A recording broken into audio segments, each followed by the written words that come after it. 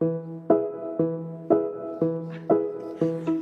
sunshine, my only sunshine, you make me happy when skies are gray. You never know, dear, how much I love you. Please don't take my sunshine away. The other night, dear, as I lay sleeping, I dreamt I held you in my arms. When I awoke, dear, I was mistaken. So I hung my head and cried. You are my sunshine, my only sunshine. You make me happy when skies are gray. You'll never know, dear, how much I love you. Please don't take my sunshine away.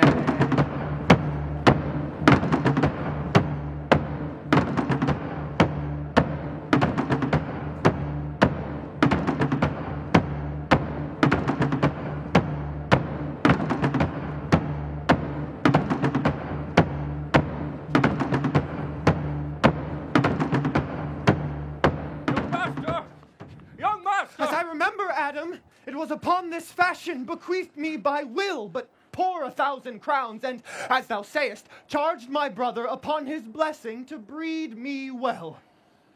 There begins my sadness. My brother Jakes, he keeps at school, and report speaks goldenly of his profit. For my part, he keeps me rustically at home, or, to speak more properly, stays me here at home unkept. His horses are bred better, for besides that they are fair with their feeding, they are taught their manage, and to that end riders dearly hired. But I, his brother, gain nothing under him but growth, for the which his animals on his dunghills are as much bound to him as I. Besides this, nothing that he so plentifully gives me. The something that nature gave me his countenance seems to take from me. He lets me feed with his hinds, bars me the place of a brother, and, as much as in him lies, minds my gentility with my education. This is it, Adam, that grieves me. And the spirit of my father, which I think is within me, begins to mutiny against this servitude. I will no longer endure it, though yet I know no wise remedy of how to avoid it. Yonder comes my master, your brother. Now, sir, what make you here? Nothing. I'm not taught to make anything. What mar you then, sir? Marry, sir, I'm helping you to mar that which God made, a poor unworthy brother of yours with idleness. Marry, sir, be better employed and be not a while. Shall I keep your hogs and eat husks with them? What prodigal portion have I spent that I should come to such penury? Know you where you are, sir? Oh, sir, very well. Here, in your orchard. Know you before whom, sir? I, better than him I am before, knows me. I know you are my eldest brother, and in that gentle condition of blood, you should so know me. The courtesy of nations allows you my better in that you are the firstborn. But that same tradition takes not away my blood. Were there 20 brothers betwixt us, I have as much of my father in me as you. Oh, what, boy? Come, brother, you are too young in this. Wilt thou lay hands on me, villain? I am no villain. I am the youngest son of Sir Roland de Bois. He was my father, and he is thrice a villain that says such a father begot villains. Oh, wert thou not my brother, I would not take this hand from thy throat till this other had pulled thy tongue out for saying so. Young masters, be patient, for thy father's remembrance be at accord. Let me go, I say! I will not till I please.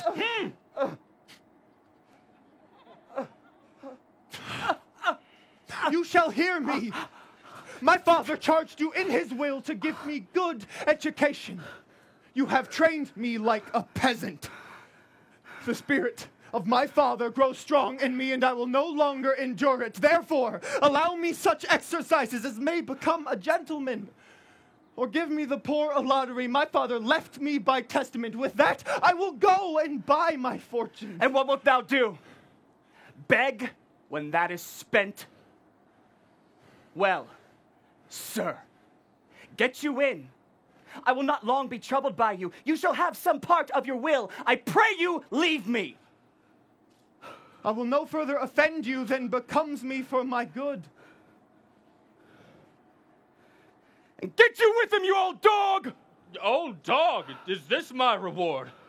Most true, I have lost my teeth in your service. God be with my old master. He would not have spoke such a word. Is it even so? Begin you to grow upon me? I will physic your rankness, and yet give you no 1,000 crowns neither. Good morrow to your worship. Good Monsieur Charles. What's the new news at the new court? There's no news at the court, sir, but the old news. That is that the old duke has been banished by his younger brother, the new duke. Can you tell if Rosalind, the duke's daughter, be banished with her father? Oh, no, for the duke's daughter, her cousin, so loves her, being ever from their cradles bred together, that she would have followed her exile or have died to stay behind her. No, she's at the court. Where will the old duke live? Well, they say he's already in the forest of Arden. They say many young gentlemen flock to him every day and fleet the time carelessly as they did in the Golden World. What? You wrestle tomorrow before the new duke? Marry, do I, sir? And I came to acquaint you with a matter.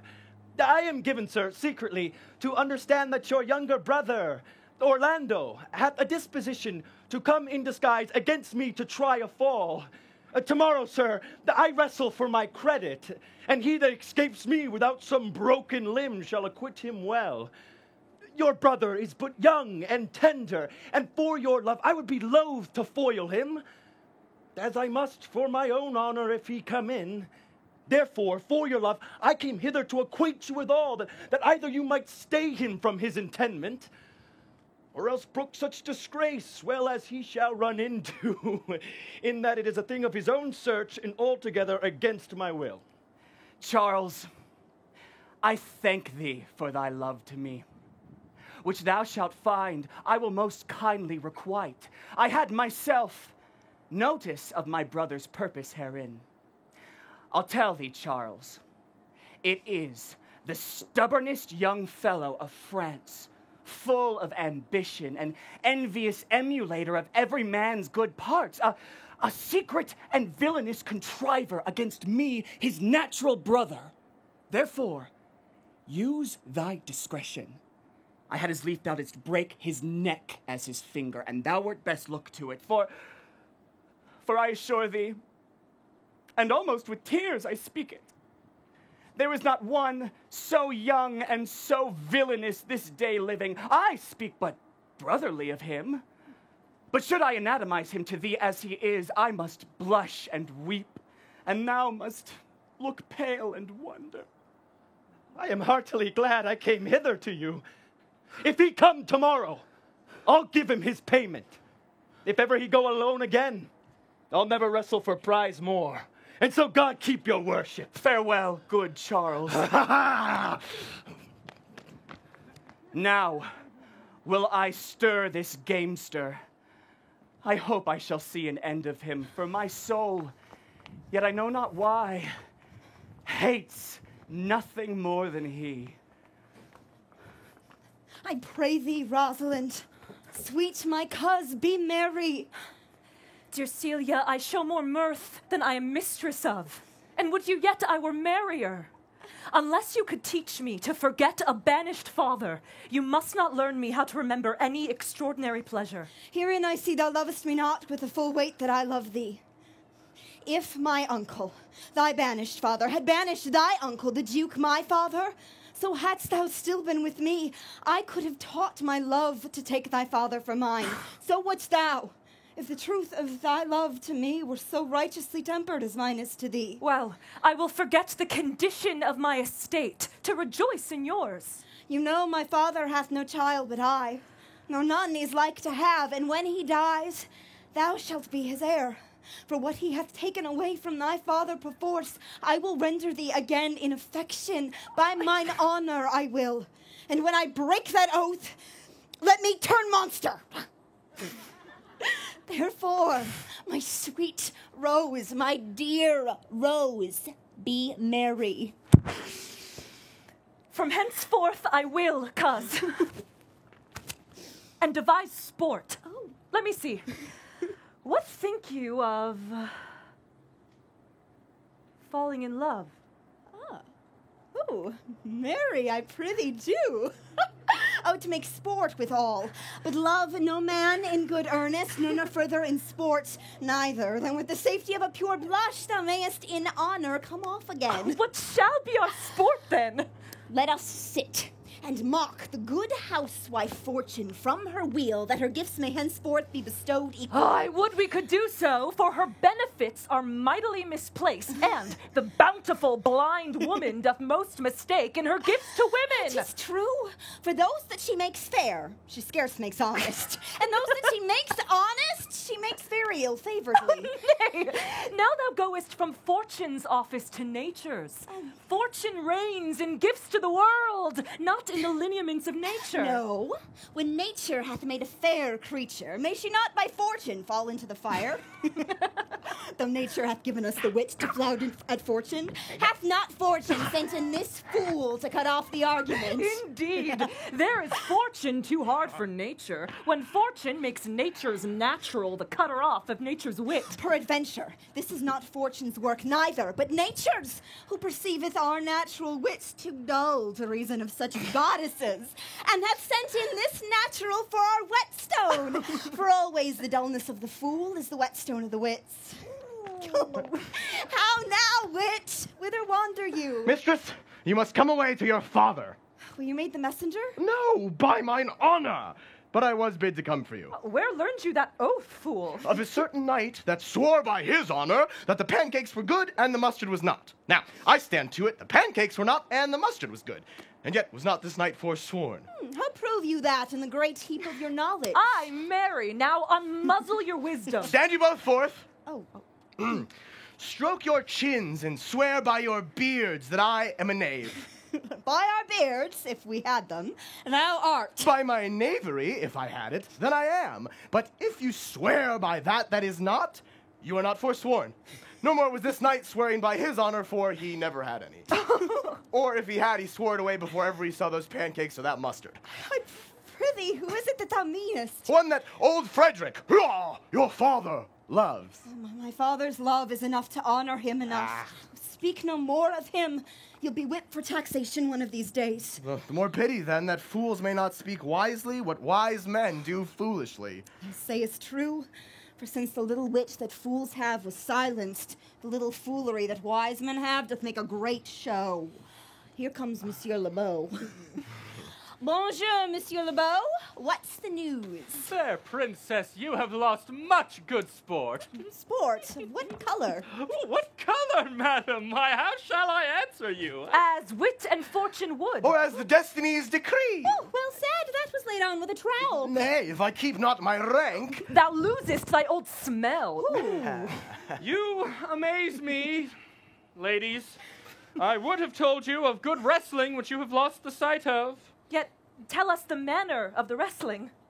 Well, I will tell you the beginning, and your ladyships may see the end, for the best is yet to do. And here, where you are, they are coming to perform it. Well, the beginning, that is dead and buried. There comes an old man and his 3 sons. Oh, I can match this beginning with an old tale. 3 proper young men of excellent growth and presence. The eldest of the 3 wrestled Charles, the Duke's wrestler, which Charles in a moment threw him and broke 3 of his ribs, that there is little hope of life in him. And so he served the 2nd, and so the 3rd. Yonder they lie. Alas. But what is the sport, monsieur, that the ladies have missed? Why, this that I speak of. Thus men grow wiser and wiser every day. This is the first that ever I heard of breaking of ribs being sport for ladies. Aye, I promise thee. Shall we see this wrestling, cousin? You must if you stay here. For this is the place appointed for the wrestling, and they are ready to perform it. Sure they are coming. Come on! Now let us stay and see it. Since the youth will not be entreated, his own peril on his forwardness. Is yonder the man? Even he, madam. Alas, he is too young, yet he looks successfully. How now, daughter and cousin? Are you crept hither to see the wrestling? I, my liege, so please you give us leave. You will take little delight in it, I can tell you. There is such odds in the man.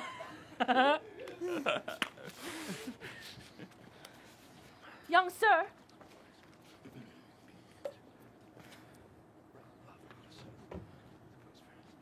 have you challenged Charles the Wrestler?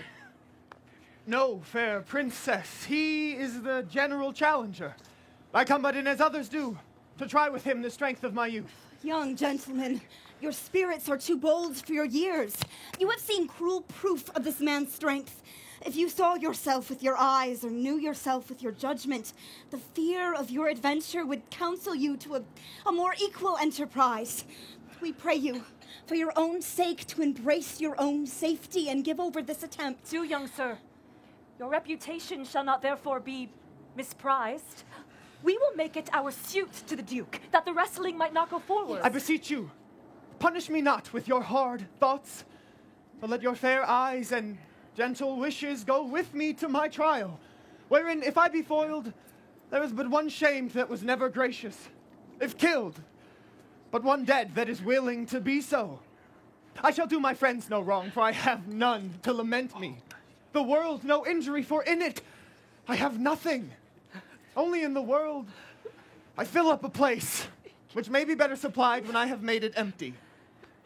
The little strength that I have, I would it were with you. And mine, to eke out hers. Fare you well. Pray heaven I be deceived in you. Your heart's desires be with you. Come! Where is this young gallant who so desires to lie with his mother earth? Ready, sir, but his will hath in it a more modest working. You shall try but one fall. No, I warrant your grace. You shall not entreat him to a second that have so mightily persuaded him from a first. You mean to mock me after? You should not have mocked me before. Come your ways. Charles. Oh, Charles.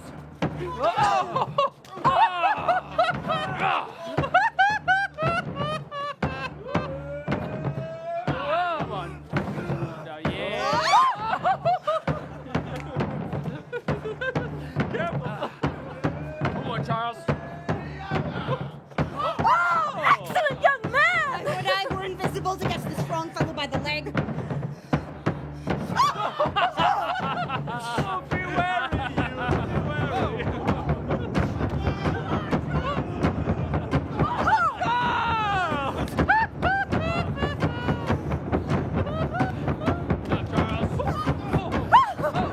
Now, Hercules, be thy speed, young man! If I had a thunderbolt in my eye, I could tell him down.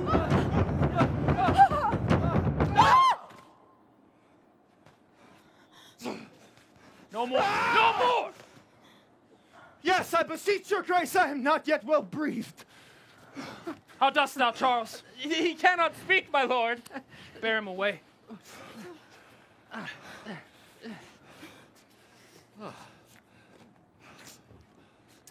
What is thy name, young man? Orlando, my liege, the youngest son of Sir Roland de Boys. Oh. I would thou hadst been son to some man else. The world esteemed thy father honorable, but I did find him still mine enemy. Would thou hadst told me of another father.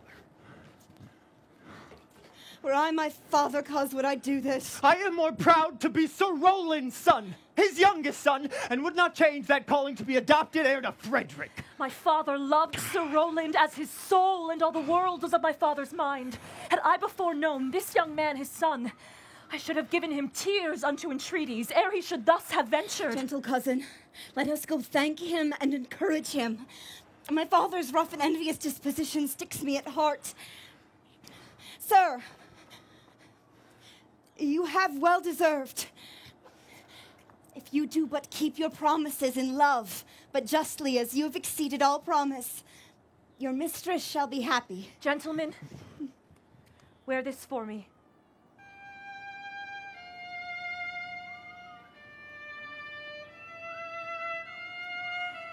One out of suits with fortune that could give more, but that her hand lacks means.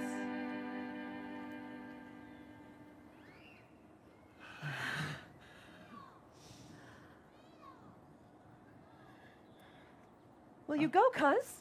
Aye. Fare you well, fair gentlemen. Can I not say, I thank you? He calls us back. My pride fell with my fortunes. I'll ask him what he would. Did you call, sir?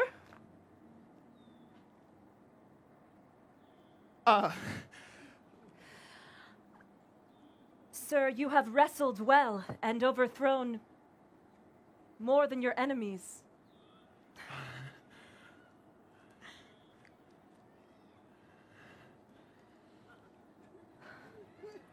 Shall we go, cuz? I'm with you.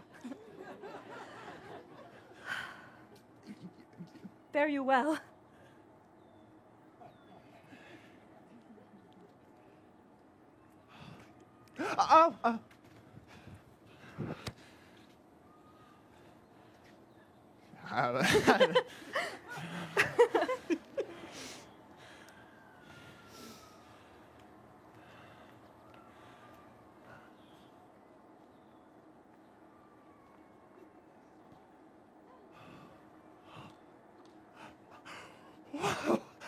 Whoa, what passion hangs these weights upon my tongue?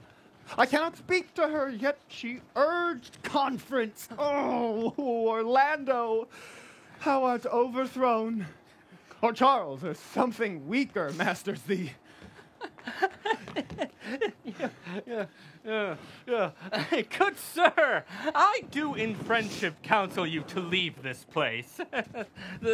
Albeit you have deserved high commendation, true applause and love, yet such is now the Duke's condition that he misconstrues all you have done. The Duke is humorous. What he is, indeed, better suits you to conceive than I to speak of. I thank ye, sir, and pray you tell me this. Which of the two was daughter of the Duke that here was at the wrestling? Neither is daughter if we judge by manners. Yet, indeed, the lesser is his daughter. The other is daughter to the banished Duke, and here detained by her usurping uncle to keep his daughter company, whose loves are dearer than the natural bond of sisters. But I can tell you that of late this Duke hath ta'en displeasure against his gentle niece, grounded upon no other argument but that the people praise her for her virtues and pity her for her good father's sake. And on my life, his malice against the lady will suddenly break forth. LeBeau? So fare you well. Hereafter, in a better world than this, I shall desire more love and knowledge of you. I rest much bounden to you, fare you well.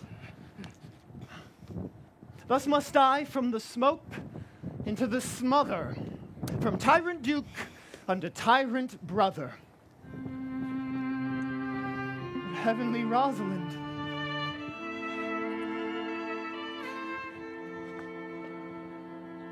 Why, cousin.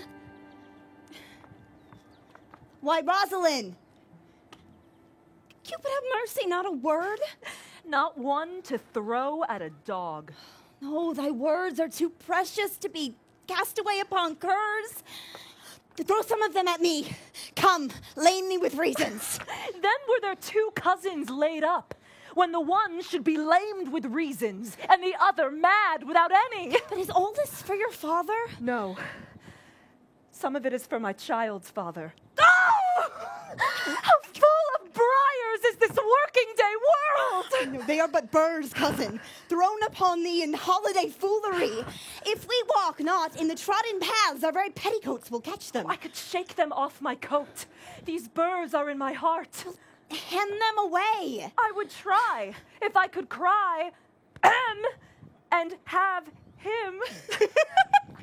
Oh, come, wrestle with thy affection. Oh, they take the part of a better wrestler than myself. Oh, a good wish upon you. these jests out of service. Let us talk in good earnest. Is it possible, on such a sudden, that you should fall into so strong a liking with old Sir Roland's youngest son? The Duke, my father, loved his father dearly. Does it therefore ensue that you should love his son dearly? By this kind of chase I should hate him. For my father hated his father, and yet I hate not Orlando. No, Faith, hate him not for my sake. Why should I not? Doth he not deserve well? Let me love him for that. And do you love him because I do? Oh, here comes the Duke. With his eyes full of anger. Mistress! Dispatch with you your safest haste and get you from our court.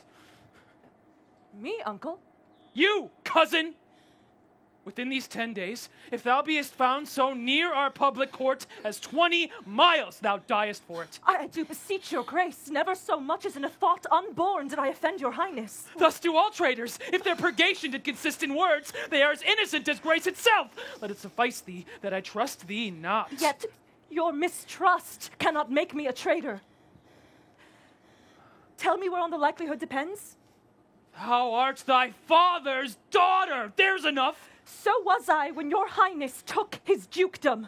So was I when your highness banished him. Treason is not inherited, my lord. Or if we did derive it from our friends, what's that to me? My father was no traitor. Then, good my liege, mistake me not so much to think my poverty is treacherous. Your sovereign, hear me speak. Celia, we stayed her for your sake, else had she with her father ranged along. I did not then entreat to have her stay. It was your pleasure and your own remorse. I was too young at that time to value her, but I know her now. If she betrayed her, why, so am I. We still have slept together, rose at an instant, learned, played, ate together, and wheresoe'er we went, like Juno's swans, still we went coupled and inseparable. She is too subtle for thee, and her smoothness, her very silence, and her patience speak to the people, and they pity her. Thou art a fool. She robs thee of thy name, and thou wilt show more bright and seem more virtuous when she is gone. Then open not thy lips. Firm and irrevocable is my doom, which I have passed upon her. She is banished. Pronounce that sentence then on me, my liege. I cannot live out of her company. You are a fool. You, niece, provide yourself. If you outstay the time, upon mine honor and in the greatness of my word, you die.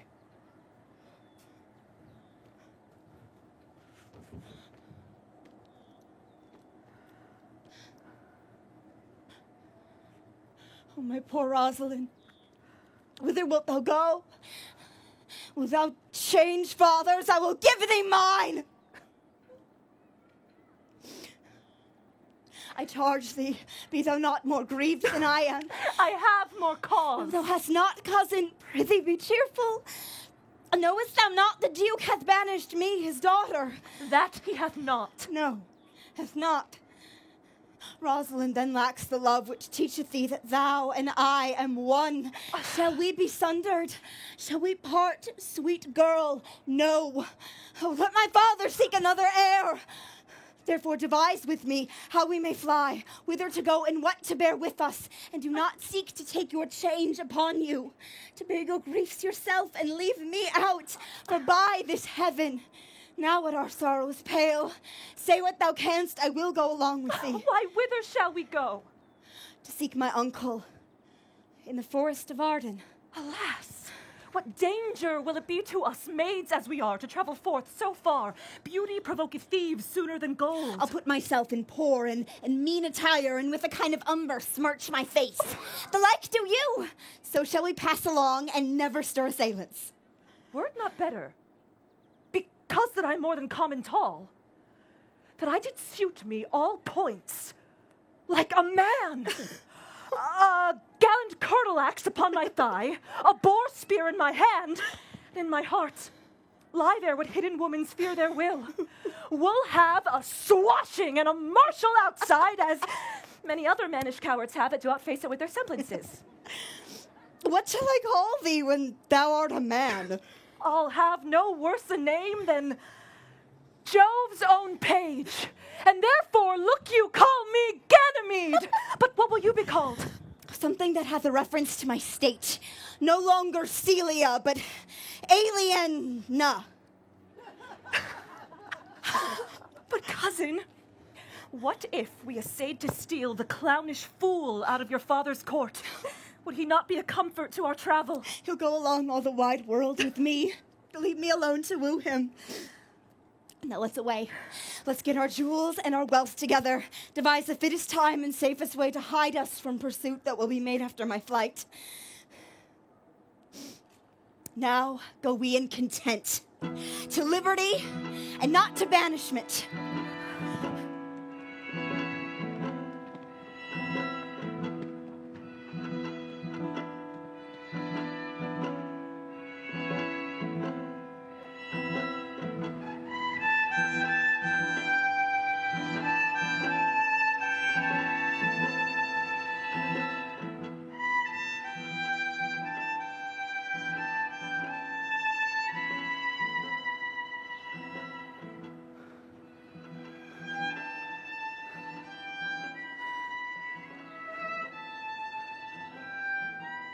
Now, my co-mates and brothers in exile, hath not old custom made this life more sweet than that of painted pomp?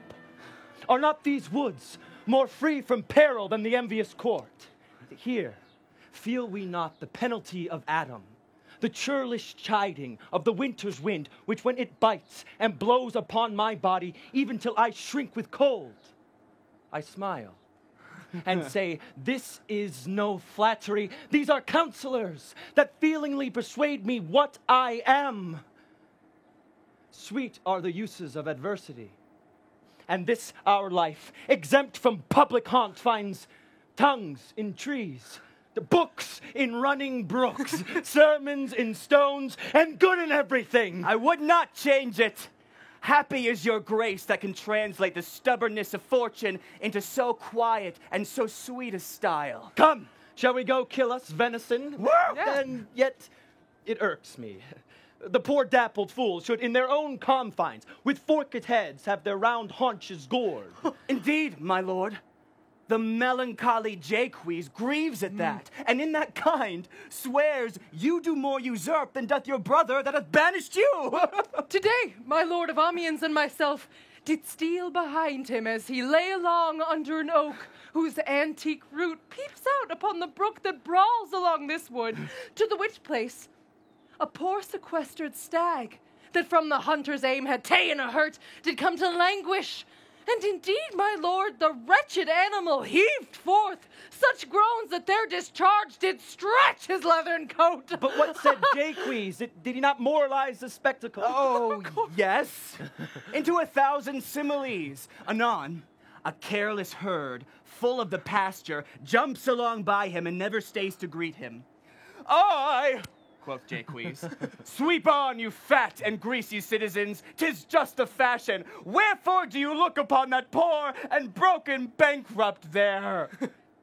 Thus, most invectively, he pierceth through the body of the country, city, court, yea, of this our life, swearing that we are mere usurpers, tyrants, and what's worse, to fright the animals and kill them up in their assigned and native dwelling place. And did you leave him in this contemplation? We did, my lord, weeping and commenting upon the sobbing deer. Show me the place. I love to cope with him in these sullen fits, for then he's full of matter. I'll bring you to him straight. Can it be that no man saw them? It cannot.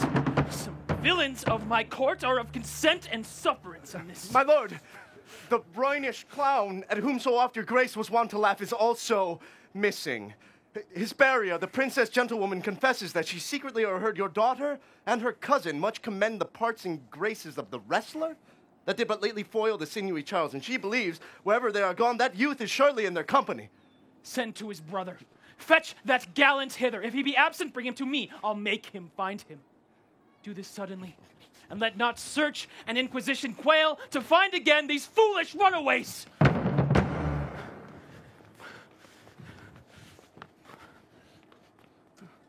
Who's there? What, my young master? Oh, you memory of old Sir Roland! What makes you here? Why are you virtuous? Why do people love you? Why would you be so fond to overcome the bonny prize of the humorous Duke? Your praises come too swiftly home before you. Know you not, master, that to some men their graces serve them but as enemies? No more do yours. Your virtues, gentle master, are sanctified and holy traitors to you. Oh, what a world is this, where what is comely envenoms him that bears it. Why, what's the matter? Oh, unhappy youth. Come not within these doors, within this roof. The enemy of all your graces lives.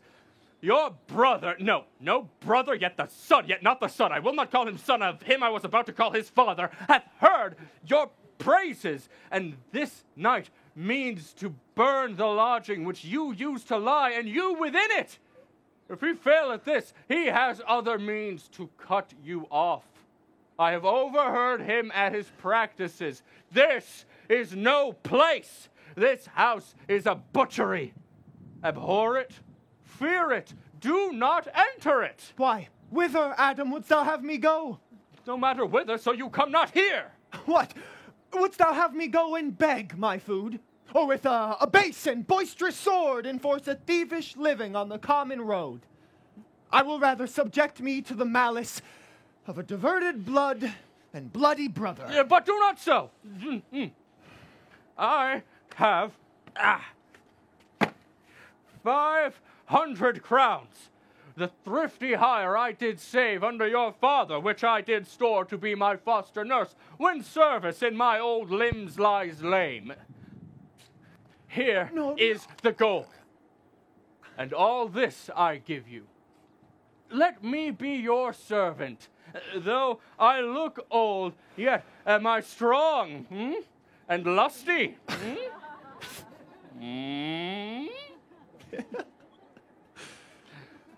Let me go with you. I'll do the service of a younger man in all your business and necessities. Oh, good old man. How well in thee appears the constant service of the antic world. When service sweat for duty, not for meed. Thou art not for the fashion of these times. But come thy ways. We'll go along together. And ere we have thy youthful wages spent, we'll light upon some settled low content. Master, go on. I will follow thee to the last gasp with truth and loyalty.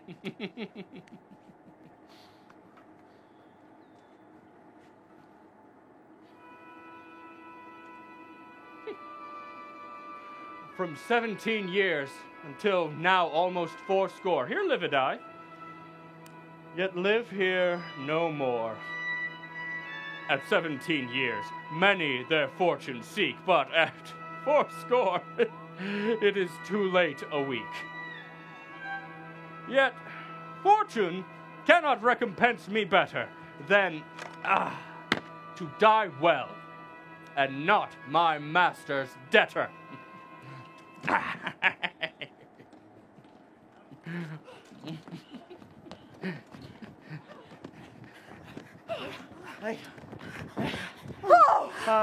Jupiter! How merry are my spirits! I care not for my spirits, if my legs were not so weary. I could find it in my heart to disgrace my man's apparel and to cry like a woman. But I must comfort the weaker vessel, as doublet and hose ought to show itself courageous to petticoat. Therefore, courage, good Aliena. I pray you bear with me. I cannot go no further. For my part, I had rather bear with you than bear you.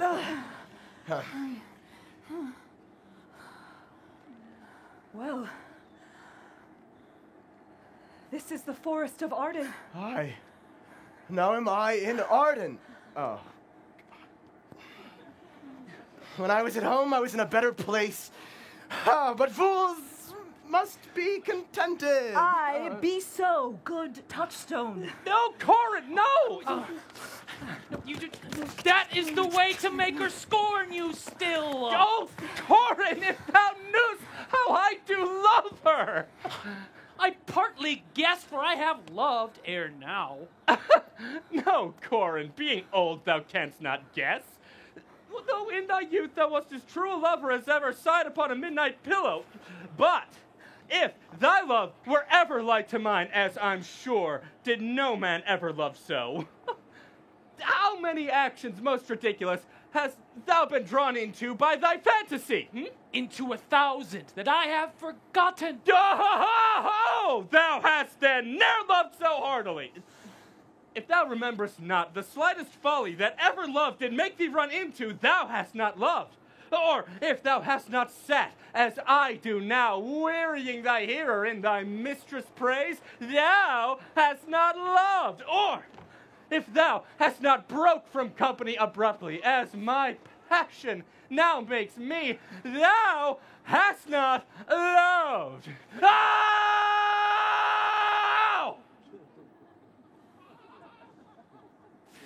Phoebe! Phoebe!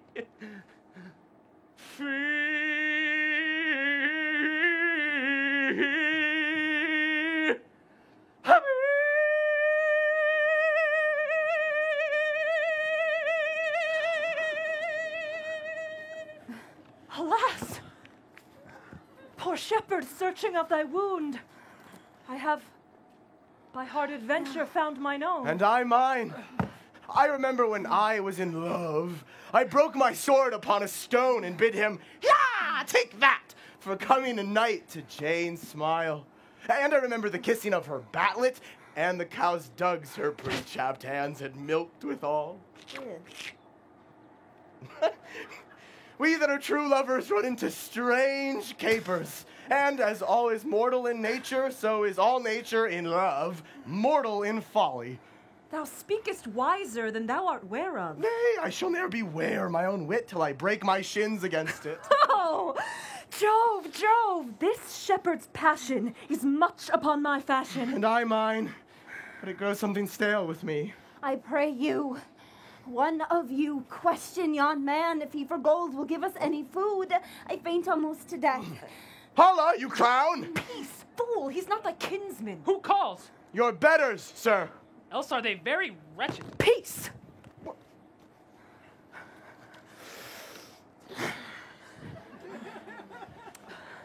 Good even to you, friend.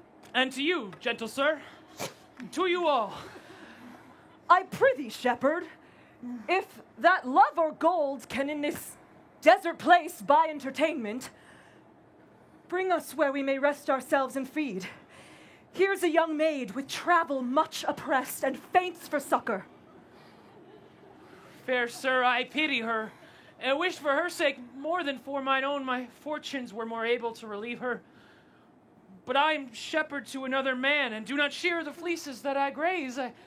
My master's cot, his flocks and bounds of feed are on sale, and at our sheep cot now, and by reason of his absence there is nothing you will feed on. But what is, come see, and in my voice most welcome shall you be. What is he that shall buy his flock and pasture? That young swain you saw here but erewhile, that little cares for buying anything. I pray you, if it stand with honesty, buy thou the cottage, pasture, and the flock, and thou shalt have to pay for it of us. And we will mend thy wages. I like this place, and willingly could waste my time in it. Assuredly, the thing is to be sold. Go with me. If you like upon reports, the soil, the profit in this kind of life, I will your very faithful feeder be, and buy it with your gold right suddenly.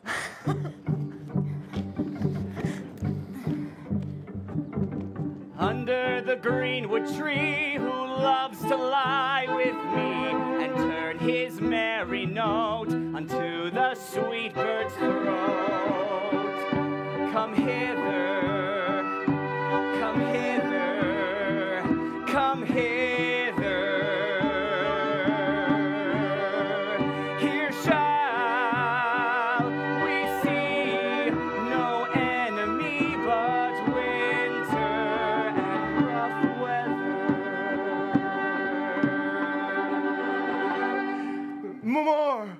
More, I prithee more. It will make you melancholy, Monsieur Jaques. I thank it. More, I prithee more. I can suck melancholy out of a song as a weasel sucks eggs. More, I prithee more. Oh, my voice is ragged. I know I cannot please you. I do not desire you to please me. I do desire you to sing. Come, more. Another stanzo. I call you stanzos. What you will, Monsieur Jaques. Nay, I care not for their names. They owe me nothing. Will you sing? More at your request than to please myself. Well, if ever I thank any man, I'll thank you. Come, sing! And those who will not, hold your tongue. Well, I'll end the song. Come, warble, come. Who doth ambition shun, who loves to live in the sun and leave his... I'll give you a verse to this note that I made yesterday in despite of my invention. And I'll sing it? Thus it goes. If it do come to pass that any man turn ass, leaving his wealth and ease, a stubborn will to please, duck dame, duck dame, duck dame. Here shall he see gross fools as he, and if he will, come to me. What's that? Duck dame. 'Tis a Greek invocation to call fools into a circle. I'll sleep if I can. If I cannot, I'll rail against all the firstborn of Egypt. And I'll go seek the Duke. His banquet is prepared. Master, I can go no further. Why? How now, Adam? No greater heart in thee. Live a little. Comfort a little. Cheer thyself a little. If this uncouth forest yield anything savage, I will either be food for it, or I will bring it for food to thee. I will here be with thee presently, and if I bring thee not something to eat, I will give thee leave to die. But if thou diest before I come, thou art a mocker of my labor. Well said. Thou lookst cheerily. And I'll be with thee quickly.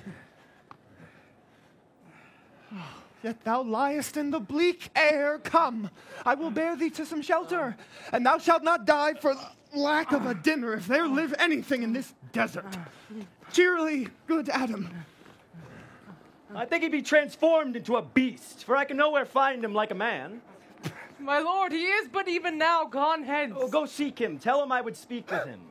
Ah, he saves my labor by his own approach. Why, how now, monsieur? What a life is this, that your poor friends must woo your company? What, you look merrily. A fool! A fool! I met a fool in the forest, a motley fool, a miserable world! As I do live by food, I met a fool in the forest who laid him down and basked him in the sun and railed on Lady Fortune in good terms, in good set terms, and yet a fool. Good morrow, fool, quoth I. Now, sir, quoth he, call me not fool till heaven hath sent me fortune. And then he drew a dial from his poke, and looking on it with lackluster eyes, says, very wisely, it is 10 o'clock. Thus we may see, quoth he, how the world wags. 'Tis but an hour ago since it was 9, and after 1 hour more 'twill be 11. And so, from hour to hour, we ripe, and then from hour to hour, we rot, and thereby hangs a tale. Ha! When I did hear the motley fool thus marvel on the time, my lungs began to crow like Chanticleer, that fools should be so deep contemplative. What fool was this? Oh, worthy fool! One that hath been a courtier, and says, if ladies be but young and fair, they have the gift to know it.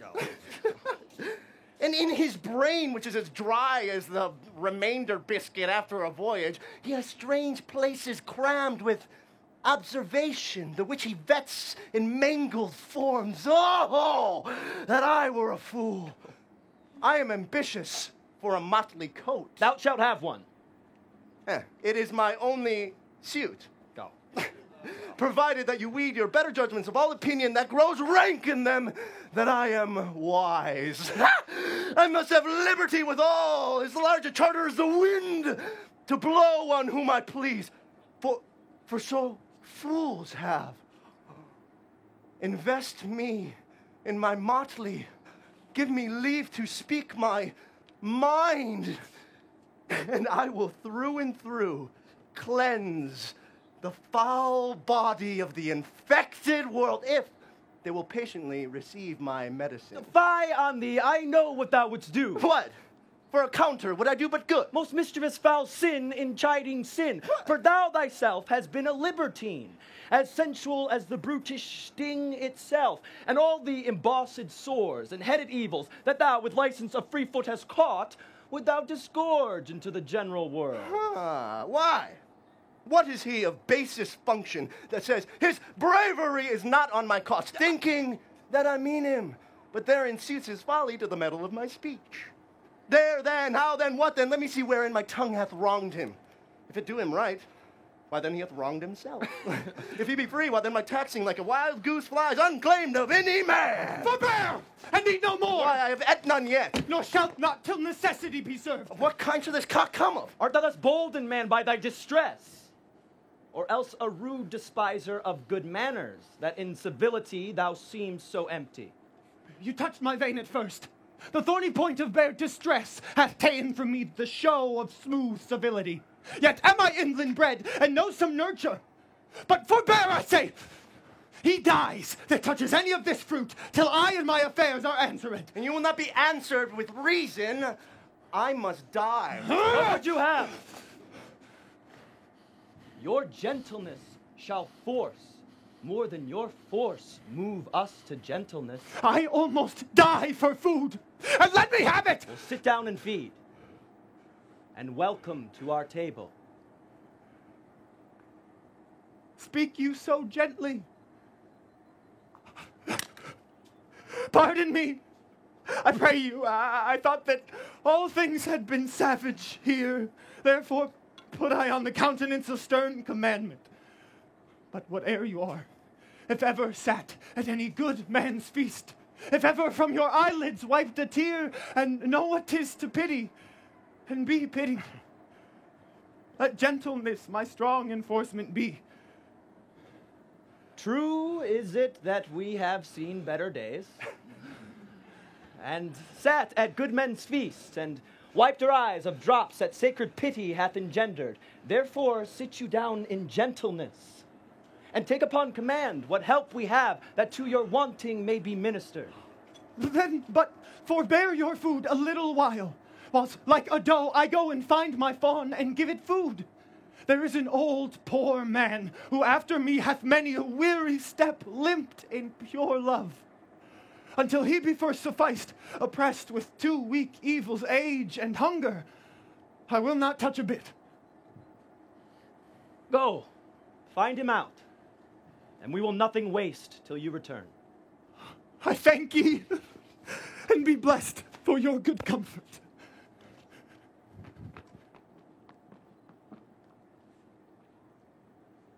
Thou seest, we are not all alone unhappy. This universal theater presents more woeful pageants than the scene wherein we play in. All the world's a stage. And all the men and women merely players. They make their exits and their entrances, and one man in his time plays many parts. His acts being 7 ages. At first the infant, mewling and puking in the nurse's arms. Then the whining schoolboy with his satchel and his shining morning face, creeping like snail unwillingly to school. Then the lover, sighing like furnace with a woeful ballad made to his mistress, eyebrow. Then the soldier, full of strange oaths and bearded like the pard. Jealous in honor, sudden and quick and quarrel, seeking the bubble reputation, even in the cannon's mouth. Then the justice, and fair round belly with good cape unlined, with eye severe and beard of formal cut, full of wise saws and modern instances. So he plays his part. The sixth age shifts into the lean and slippered pantaloon, with spectacles on nose and pouch on side. His youthful hose, well saved, a world too wide for his shrunk shank, and his big manly voice, turning again toward childish treble, pipes and whistles in his sound. Last scene of all that ends this strange, eventful history is second childishness and mere oblivion. Sans teeth, sans eyes, sans taste, sans everything. Welcome. Set down your venerable burden and let him feed. I thank you most for him. No hurt you need. I scarce have strength to thank thee for myself. Welcome. Fall to. I will not trouble you, as yet to question you about your fortunes. Come, play music, and good cousin, sing.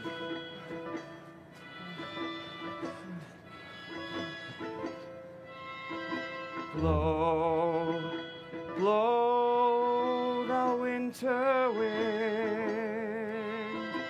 Thou art not so unkind as man's ingratitude.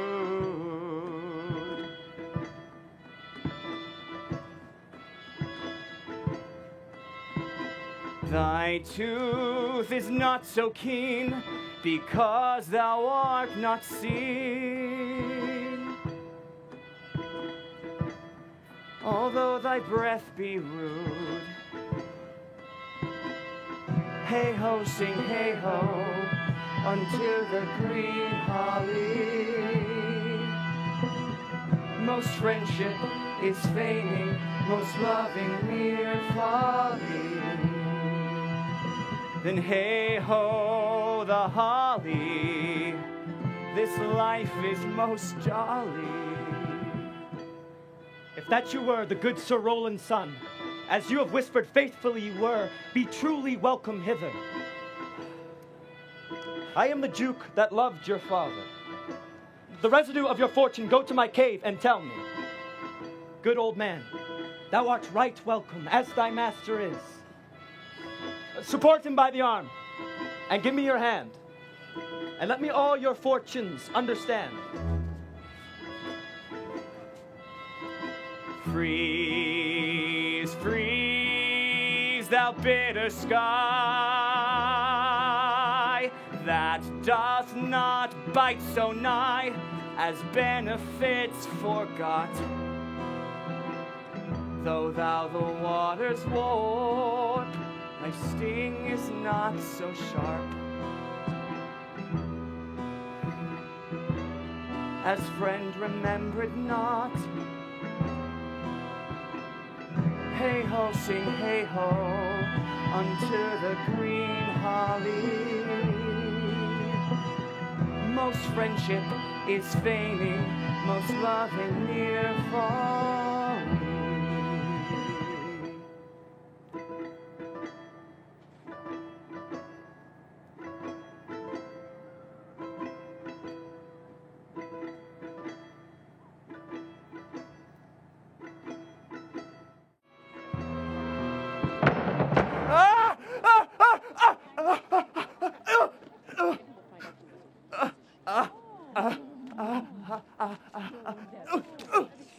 Not see him since!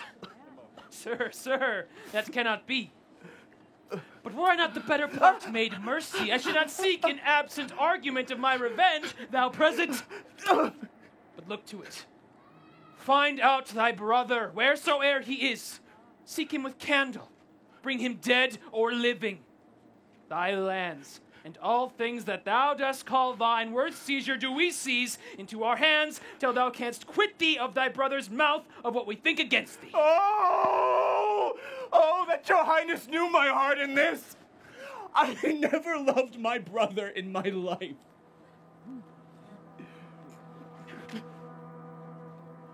More villain now. Well, push him out of doors. Do this expediently and get him going.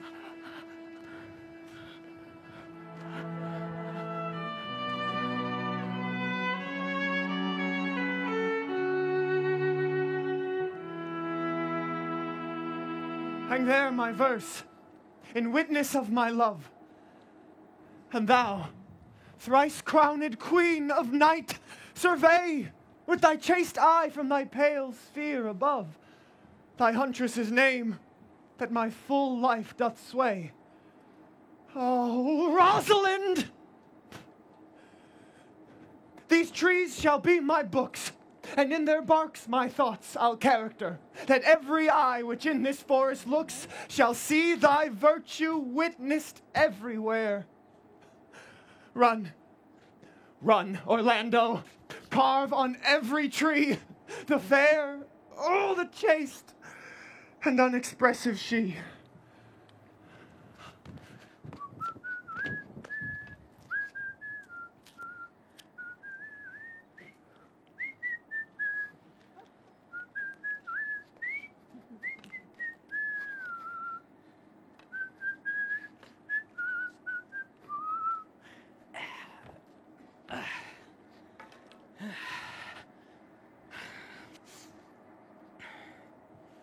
And how like you this shepherd's life, Master Touchstone? Truly, shepherd, in respect of itself, it is a good life. But in respect it is a shepherd's life, it is not. In respect it is solitary, I like it very well. But in respect it is private, it is a very vile life. Now, in respect it is in the fields, I like it very well. But in respect it is not in the court, it is tedious. As it is a spare life, look you, it fits my humor well, but as there's no more plenty in it, it goes much against my stomach. Hast any philosophy in thee, shepherd? No more, but that I know that the more one sickens, the worse at ease he is. That he that wants money, means, and content is without 3 good friends. The property of rain is to wet, fire to burn, that good pasture makes fat sheep, and that a great cause of the night is lack of the sun. Such a one is a natural philosopher. Was never in court, shepherd. No, truly. No, then thou art damned. Nay, I hope. No, truly, thou art damned. For not being at court, you reason. Why, if thou wast never at court, then thou never sawest good manners. And if thou never sawest good manners, then thy manners must be wicked. And wickedness is sin, and sin is damnation. Thou art in a parlous state, shepherd. Not a whit, Touchstone. Those that are good manners at the court are as ridiculous in the country as the behavior of the country is most mockable at court. You told me you salute not at the court, but you kiss your hands. That courtesy would be uncleanly if courtiers were shepherds. Look, instance, come, briefly instance. Why, we are still handling our ewes, and their fells, you know, are greasy. Why, do not your courtiers' hands sweat? And is not the grease of a mutton as wholesome as the sweat of a man? Shallow, shallow, a better instance, I say, come. Besides, our hands are hard. Well, your lips will feel them the sooner. Shallow again, a more sounder instance, I say, come. And they are still covered with the surgery of our sheep.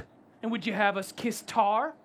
The courtier's hands are perfumed with civet. Ah, most shallow man, thou worm's meat in respect of a good piece of flesh indeed. Learn of the wise and prepend. Civet is of a baser birth than tar, the very uncleanly flux of a cat. Mend the instant, shepherd. You have too courtly a wit for me. I'll rest. What, without rest damned? Oh. God help thee, shallow man. God make incision in thee, thou art raw. Sir, I am a true laborer. I earn that I eat, get that I wear. Oh, no man hate, envy no man's happiness, glad of other men's good, content with my harm. And the greatest of my pride is to see my ewes graze and my lambs suck. That is another simple sin in thee, shepherd, to bring the ewes and lambs together, and to offer to make your living by the copulation of cattle? To be bawd to a bellwether, and to betray a she-lamb of 12 months to a crooked-pated old cuckoldy ram beyond all reasonable match? If thou beest not damned for this, the devil himself will have no shepherds. I cannot see how else thou should escape. Here comes young Master Ganymede. From the east to the western end, no jewel is like Rosalind. Her worth, being mounted on the wind, through all the world bears Rosalind. All the pictures fairest lined are but black to Rosalind. Let no fair be kept in mind, but the fair of Rosalind. I will rhyme you so 8 years together. Dinners and suppers and sleeping hours accepted. It is the right butter woman's rank to market. Corin! Out, fool. For a taste, if a heart do lack a hind, let him seek out Rosaline. If the cat will after kind, meow, so be sure will Rosaline. Winter garments must be lined, so must slender Rosaline.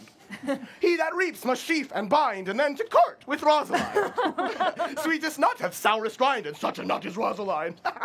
Oh, he that sweetest rose will find must find love's prick and Rosaline.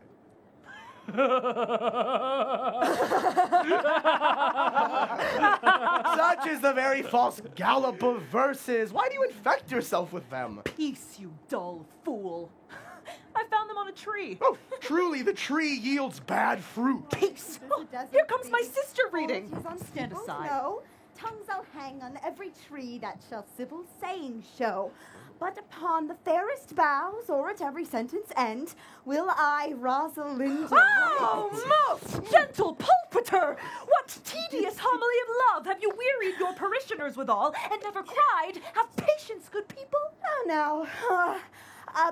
Friends, go off a little. Shepherd, go back. Go with him, Sarah. What? Go. Come, shepherd, let us make an honorable retreat, though not with bag and baggage, yet with scrip and scrippage. Didst thou hear these verses?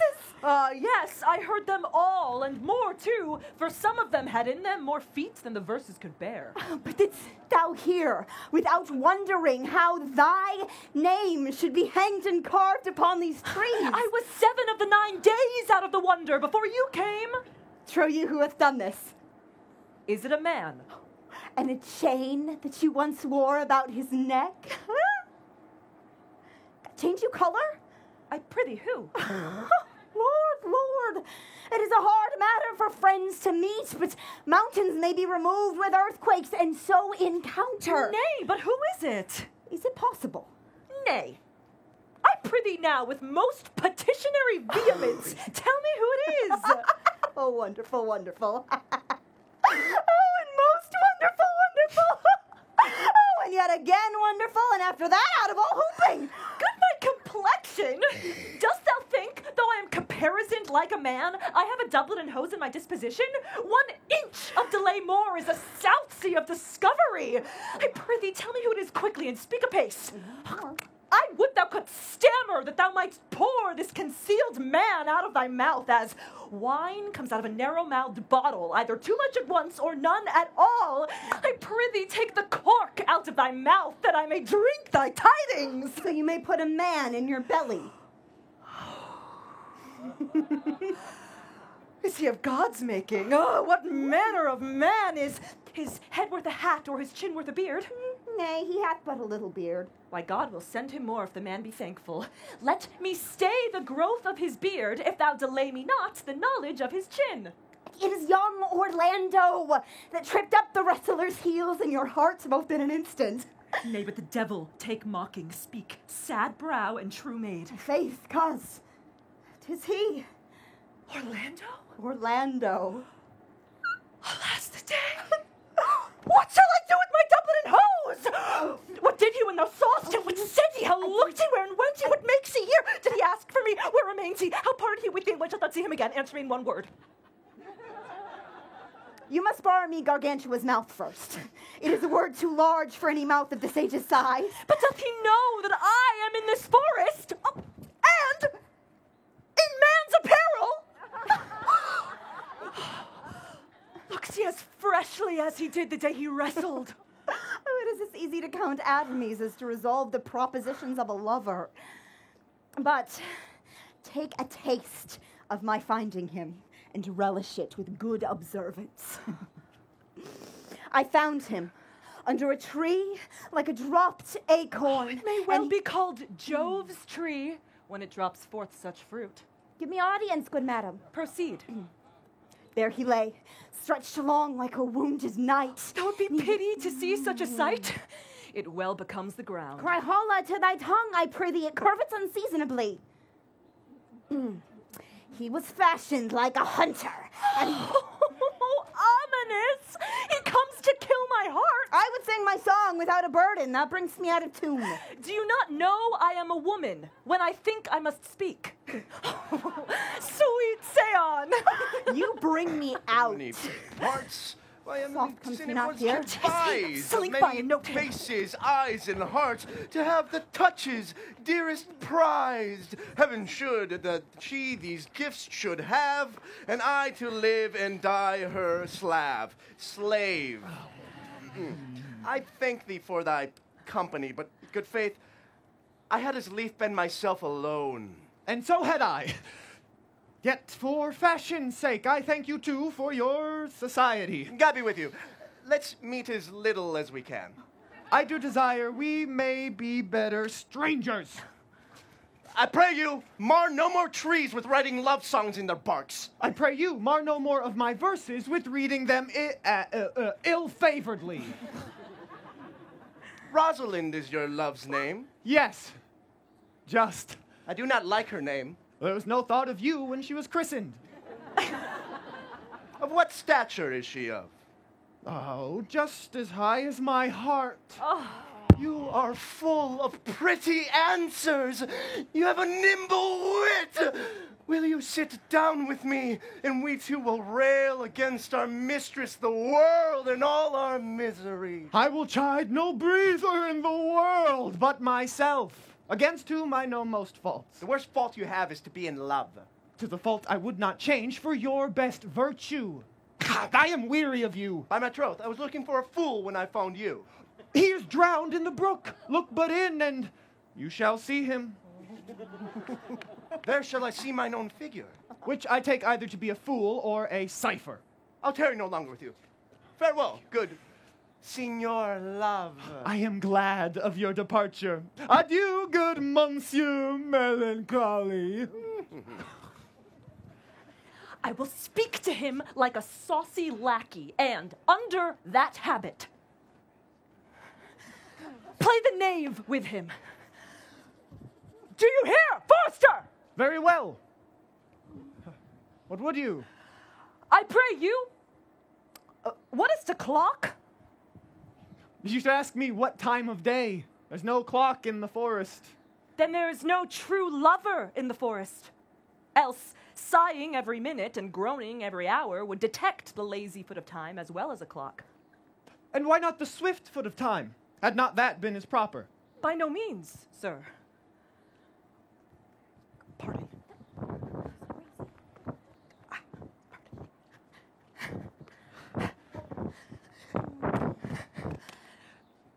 Time travels.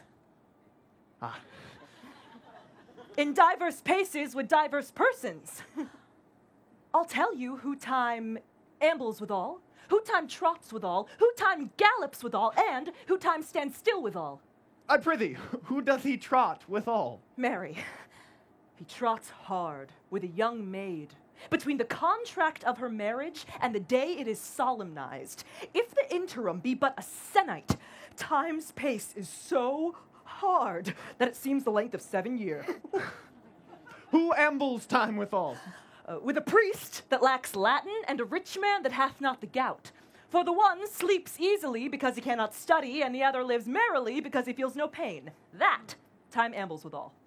Who doth he gallop withal? With a thief to the gallows. For though he walk as softly as foot can fall, he thinks himself too soon there. Who stays it still withal? With lawyers in the vacation, for they sleep between term and term, and therefore perceive not how time moves.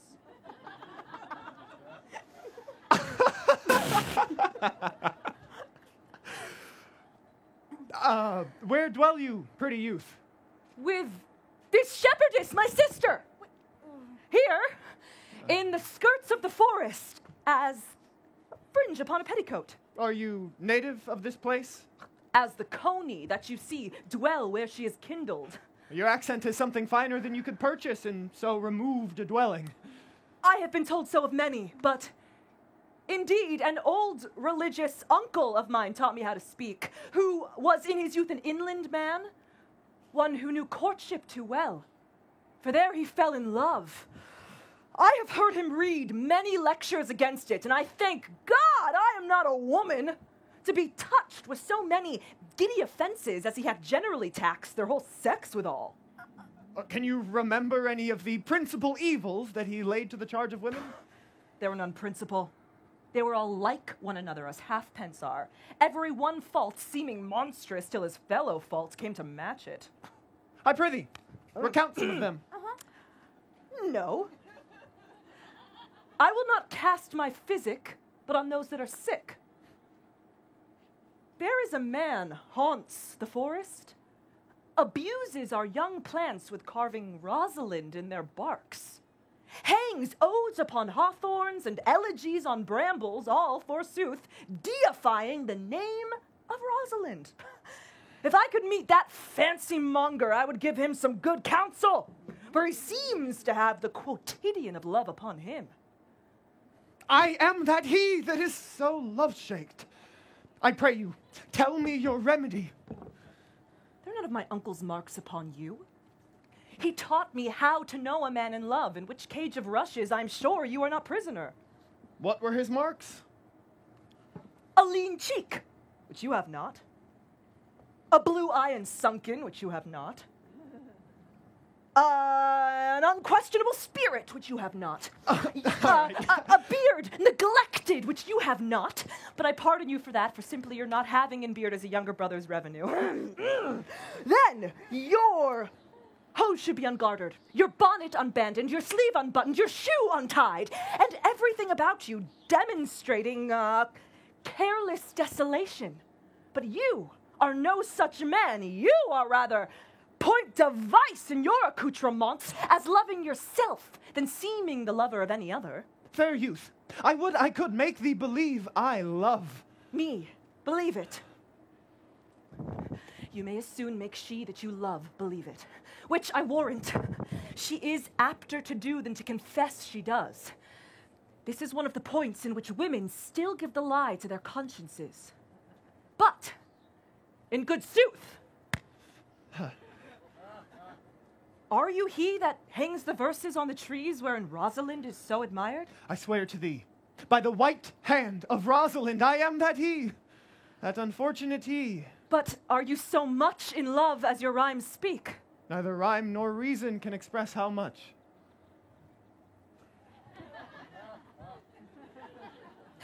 Love is merely a madness. Yet I profess curing it by counsel. Have you ever cured any so? Yes. One. And in this manner. He was to imagine me, his love, his mistress. And I set him every day to woo me.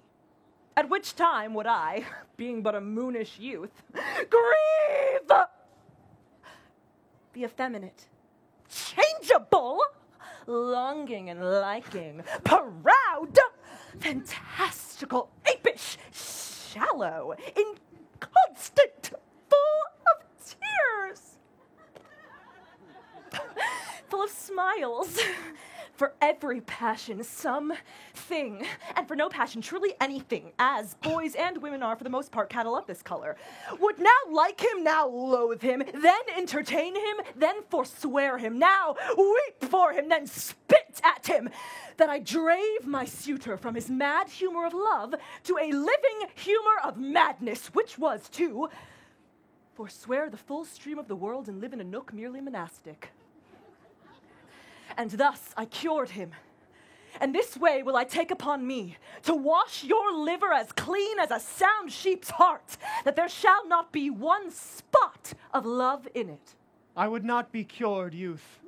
I would cure you, if you would but call me Rosalind and come every day to my cot and woo me. Now, by the faith of my love, I will. Tell me, where is it? Go with me to it, and I'll show it you. By the way, you must tell me where in the forest you live. Will you go? With all my heart, good youth. Nay. You must call me Rosalind. Will you go, sister?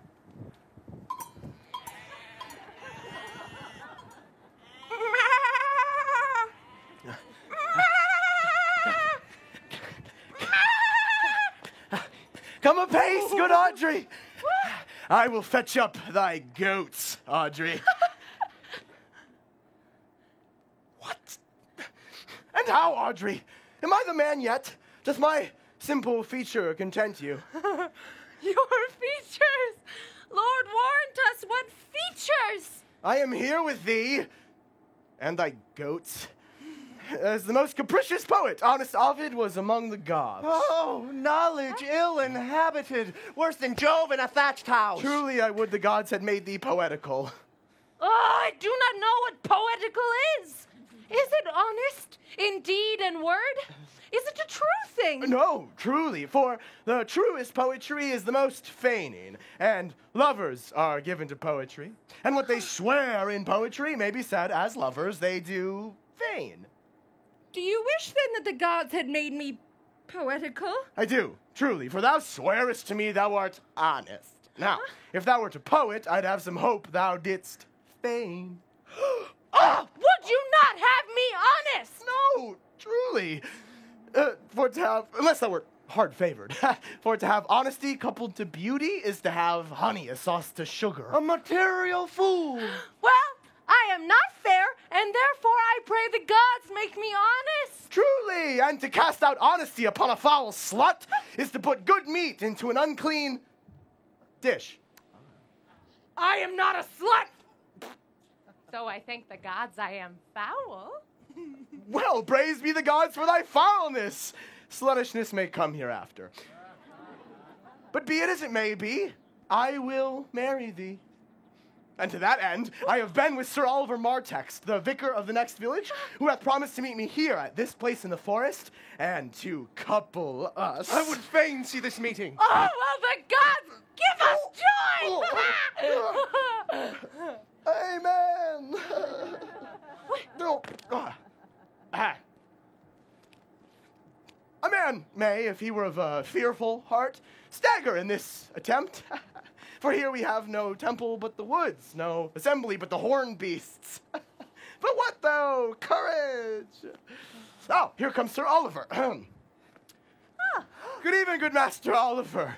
Will you couple us here at this place under this tree, or shall we go with you to your chapel? Is there none here to give the woman? I will not take her on gift of any man.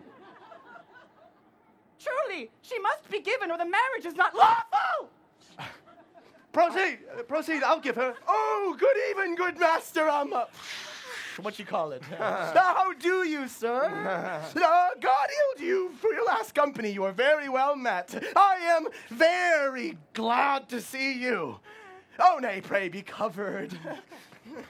Will you be married, Motley? As the ox hath its bow, the falcon its bells, and the horse its curb, so man hath his desires. And as pigeon's bill, wedlock will be nibbling. And will you, being a man of your breeding, be married under a bush like a beggar? Get you to church and have a good priest. I can tell you what marriage is. This fellow will but join you together as they join wainscot. Then one of you will prove a sharp panel in like green timber warp. I am not in the mind, but I had rather be married of him than of another, for he is not like to marry me well. And, not being well married, it will be a good excuse for me hereafter to leave my wife. See ya. Go thou with me and let me counsel thee. Come, Audrey, we must be married, or we must live in Baudry. Farewell, good Master Oliver. 'Tis no matter. Ne'er a fantastical knave of them all shall flout me out of my calling. Never talk to me, I will weep. Mary, I prithee do. Yet have the grace to consider that tears do not become a man. But have I not cause to weep? As good a cause as one could desire, therefore weep. His very hair is of the dissembling color. Something browner than Judas's. Mary, his kisses are Judas's own children. Faith, his hair is of a good color.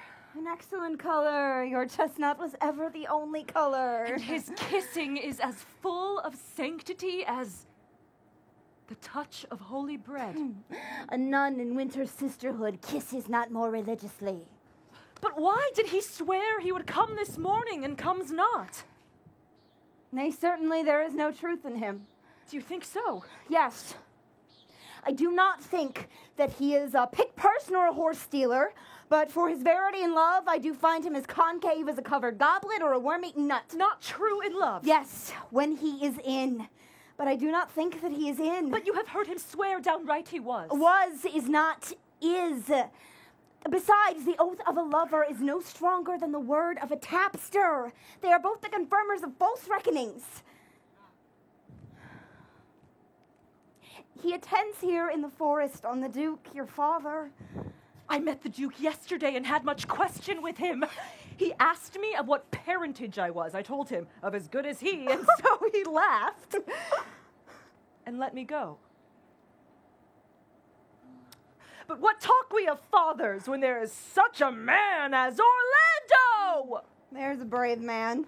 He writes brave verses, speaks brave words, swears brave oaths, and breaks them bravely. Mistress and master, you have oft inquired after the young shepherd who you complained of love, who you saw sitting by me on the turf, praising the proud, disdainful shepherdess that was his mistress. Well, and what of him? If you will see a pageant truly played between the pale complexion of true love and the red glow of scorn and proud disdain, go hence a little, and I will conduct you, if you will mark it. Oh, come, let us remove. The sight of lovers feedeth those in love. Bring us to this sight, and you shall say, I'll prove a busy actor in their play. Sweet Phoebe, do not scorn me. Do not, Phoebe. Say that you love me not, I love you but not. say not so in bitterness. The common executioner, whose heart the accustomed sight of death makes hard, falls not the axe upon the humble neck, but first begs pardon. Would you sterner be than he that dies and lives by bloody drops? I would not be thy executioner. I fly thee, for I would not injure thee.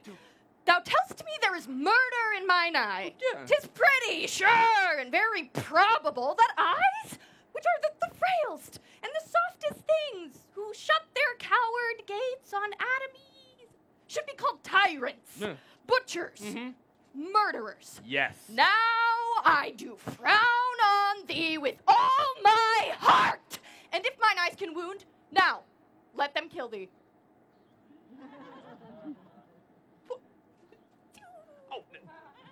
Now, counterfeit to swoon. Why now, fall down? Or if thou canst not, oh, for shame. For shame. Oh.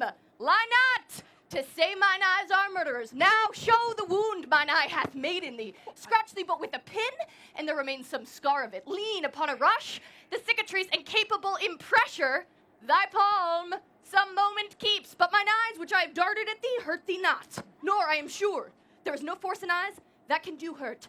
Phoebe!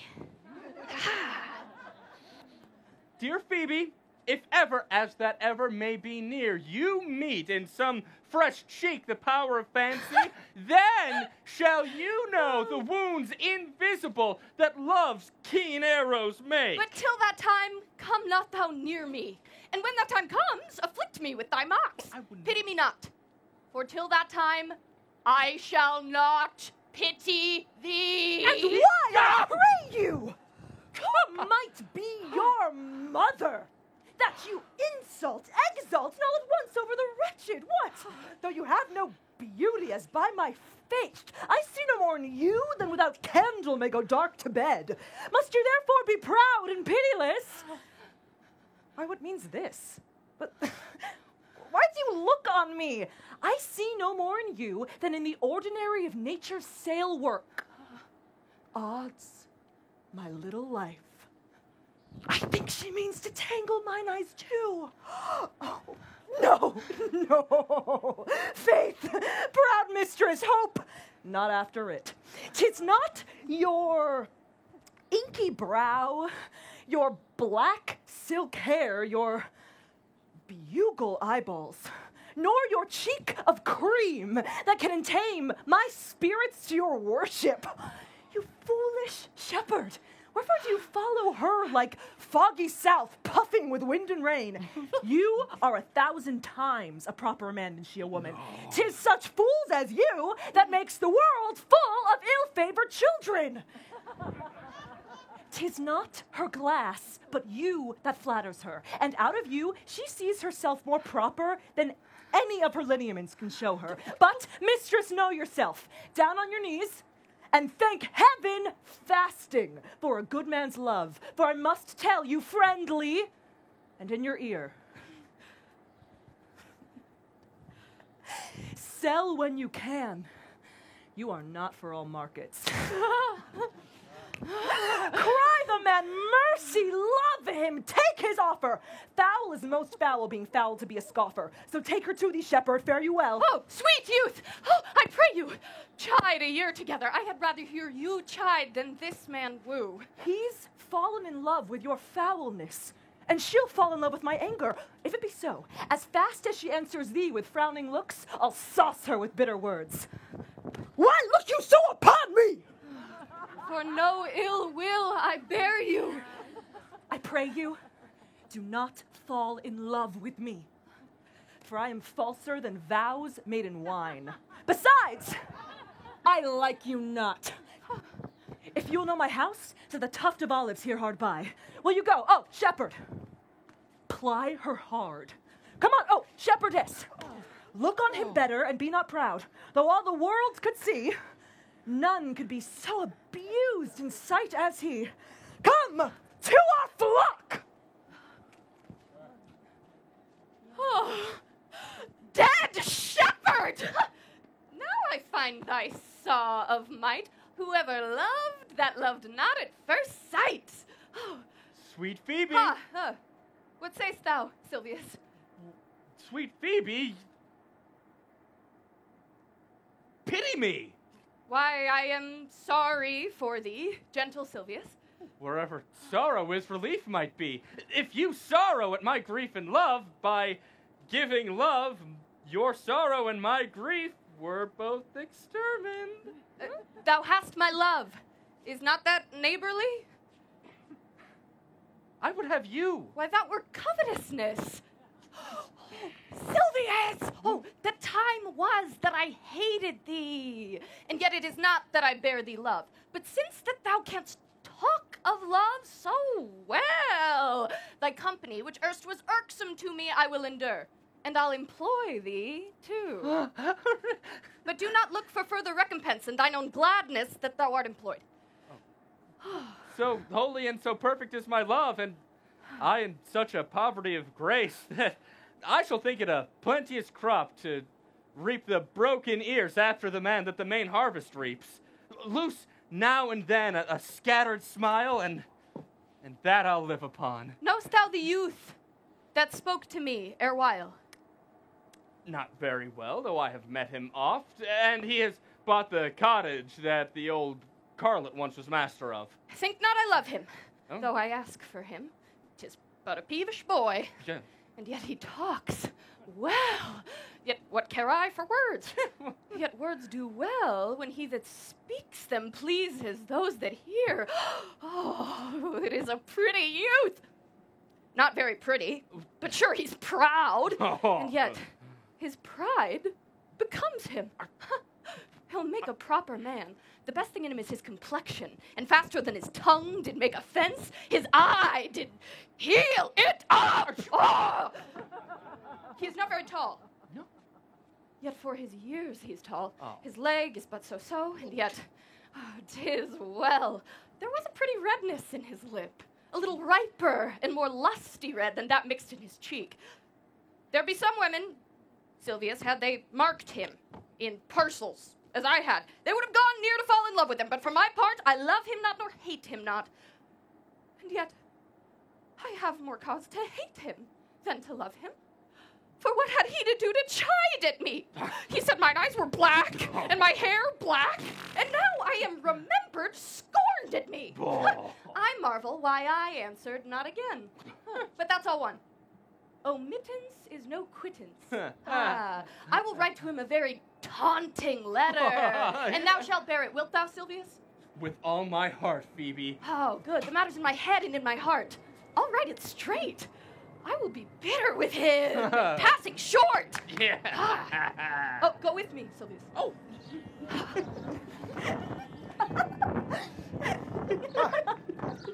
Prithee, pretty youth, let me be better acquainted with thee. They say you are a melancholy fellow. I am so. I do love it better than laughing. Those that are in the extremity of either are abominable fellows, and betray themselves to every modern censure worse than drunkards. Why? 'Tis good to be sad and say nothing. Why? Then 'tis good to be a post. I have neither the scholar's melancholy, which is emulation, nor the courtier's, which is proud, nor the soldier's, which is ambitious, nor the lover's, which is all of these. But I have a melancholy of mine own, compounded of many simples extracted from many objects, and indeed the sundry contemplation of my travels, which, by often rumination, wraps me in a most humorous sadness. A traveler, by my faith. You have great reason to be sad. I fear you have sold your own lands to see other men's. Then to have seen much and to have nothing is to have rich eyes and poor hands. Yes, I have gained my experience. And your experience makes you sad. I had rather have a fool to make me merry than experience to make me sad, and to travel for it too. Good day and happiness, dear Rosalind. Nay, and God be with you, and you speak in blank verse. Farewell, Monsieur Traveler. Look you lisp and wear strange suits, else I'll scarce think you've swum in a gondola. Why? How now, Orlando? Where have you been all this while? You, a lover, and you serve me such another trick. Never come in my sight more. My fair Rosalind, I come within an hour of my promise. Break an hour's promise in love. He that will divide a minute into 1,000 parts, and break but a part of 1,000 part of a minute in the affairs of love. It may be said of him that Cupid hath clapped him with the shoulder, but I'll warrant him heart whole. Pardon me, dear Rosalind. Nay, and you be so tardy, come no more in my sight. I had as lief be wooed of a snail. Of a snail? I, of a snail. For though he comes slowly, he carries his house on his head. A better jointure, I think, than you make a woman. Besides, he brings his destiny with him. And what's that? Why, horns. Virtue is no horn maker, and my Rosalind is virtuous. And I am your Rosalind. It please him to call you so, but he hath a Rosalind of a better leer than you. Come, woo me. Woo me. For now, I am in a holiday humor and like enough to consent. What would you say to me now when I were your very, very Rosalind? I would kiss before I spoke. Nay. You were better speak first, and when you were gravelled for lack of matter, you might take occasion to kiss. And how if the kiss be denied? Then she puts you to entreaty, and there begins new matter. Am not I your Rosalind? I take some joy to say that you are, because I would be speaking of her. Well, in her person, I say I will not have you. Then in mine own person I die. No, Faith, die by attorney. The poor world is almost 6,000 years old, and in all that time there was not one man died in his own person for a love cause. Men have died from time to time, and worms have eaten them, but not for love. I would not have my right Rosalind of this mind, for I protest her frown might kill me. By this hand it will not kill a fly. But come. Now I will be your Rosalind in a more coming on disposition, and ask me what you will. I will grant it. Then love me, Rosalind. Yes, Faith, will I, Fridays and Saturdays and all. And wilt thou have me? Aye. And 20 such. What sayest thou? What? Are you not good? I hope so. Why then can one desire too much of a good thing? Oh, come, sister, you will be the priest and marry us. Give me your hand, Orlando. What do you say, sister? I pray thee, marry us. I cannot say the words. You must say, will you, No, Rosalind? don't you. Will- Oh. Will you, Orlando, have to wife this Rosalind? I will. Aye, but when? Why, now, as fast as she can marry us. Then you must say, I take thee, Rosalind, for wife. I take thee, Rosalind, for wife. And I do take thee, Orlando, for my husband.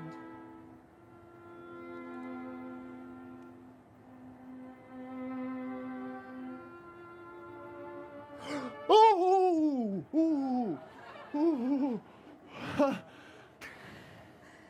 And how long would you have her after you have possessed her? Forever and a day. Say a day without the ever. No. No, Orlando. Men are April when they woo, December when they wed. Maids are May when they are maids, but the sky changes when they are wives. I will be more jealous over thee than a Barbary cock pigeon over his hens. More newfangled than an ape, more giddy in my desires than a monkey. I will weep for nothing, like Diana in the fountain, and that when thou art inclined to be merry, I will laugh like a hyena. And that when thou art inclined to sleep. But will my Rosalind do so? By my life, she will do as I do. Oh, but she is wise. Else she could not have the wit to do this. The wiser, the waywarder.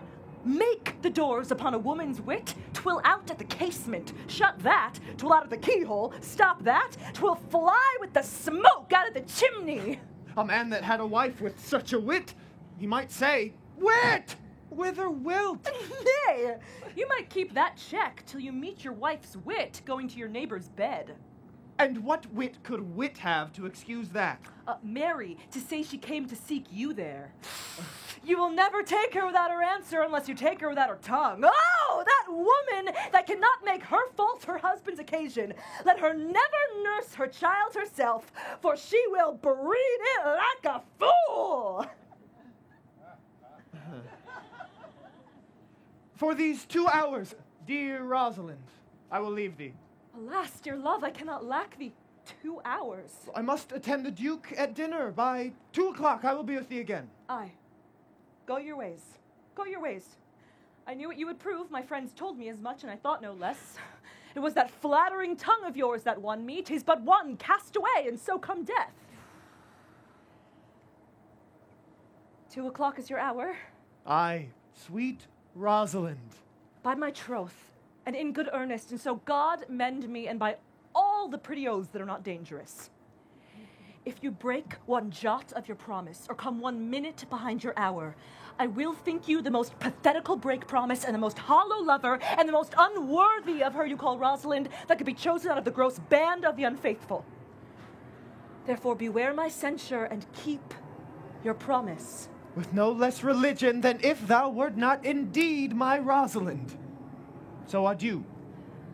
Well, time is the old justice that examines all such offenders, and let time try. Adieu. You have simply misused our sex in your love prate. We must have your doublet and hose plucked over your head and show the world what the bird hath done to her own nest. Oh, Cuz, my pretty little Cuz, that thou didst know how many fathom deep I am in love, but it cannot be sounded. My affection hath an unknown bottom like the Bay of Portugal. Or rather bottomless, for as fast as you pour affection in, it runs out. No. That same wicked bastard of Venus that was begot of thought, conceived of spleen, and born of madness, that blind, rascally boy who abuses everyone's eyes because his own are out, let him judge how deep I am in love. I tell thee, Aliena, I cannot be out of the sight of Orlando. I'll go find a shadow and sigh till he come.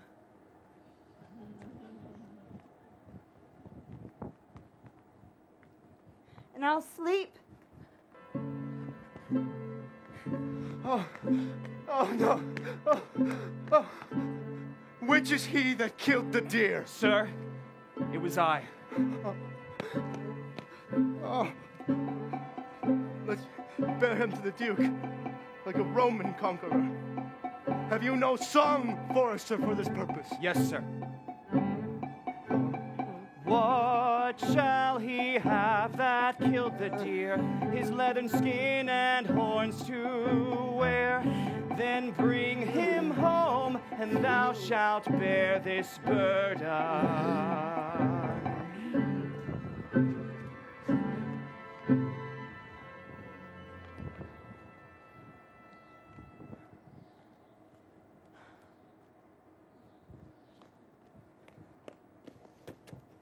How say you now? Is it not past 2 o'clock? And here much Orlando. I warrant you, with pure love and troubled brain, he hath ta'en his bow and arrows and is gone forth to sleep. Look who comes here. My errand is to you, fair youth. My gentle Phoebe bid me give you this. I know not the contents, but as I guess by the stern brow and waspish action which she did use as she was writing of it, it bears an angry tenor. Pardon me. I am but as a guiltless messenger. Patience herself would startle at this letter and play the swaggerer. Bear this, bear all. She says that I am proud. And she says I'm not fair and that she could not love me were man as rare as Phoenix. It's my will. Why writes she so to me? Well, shepherd, well. This is a letter of your own device. No, I protest. I know not the contents. Phoebe did write it. Come, you are a fool and turn to the extremity of love. I say she never did invent this letter. This is a man's invention and his hand. Sure, it is hers. Why, 'tis a boisterous and a cruel style. Yes. Will you hear the letter? As it please you, as I've not heard it yet, yet have heard too much of Phoebe's cruelty. She Phoebe's me. Mark how the tyrant writes. Art thou God to shepherd turned, that a maiden's heart hath burned? Can a woman rail thus? Call you this railing? Why, thy Godhead laid apart, warst thou with the woman's heart? Did you ever hear such railing? Whiles you chid me, I did love. How then might your prayers move?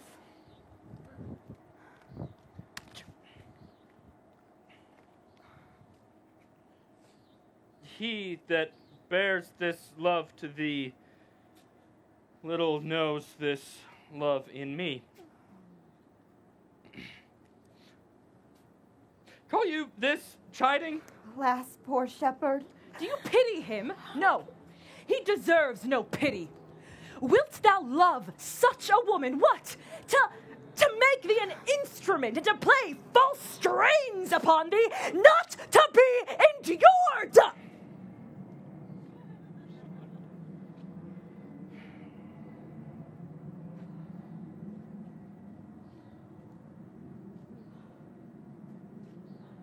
Well, go your ways to her, for I see love hath made thee a tame snake. And say this to her, that if she love me, I charge her to love thee. If she will not, tell her, I will never have her unless thou entreat for her. If you be a true lover, hence and not a word. Here comes more company. Good morrow, fair ones. Pray you if you know where in the purlieus of this forest stands a sheep-cot fenced about with olive trees. West of this place, down in the neighbor bottom. But at this hour the house doth keep itself, there's none within.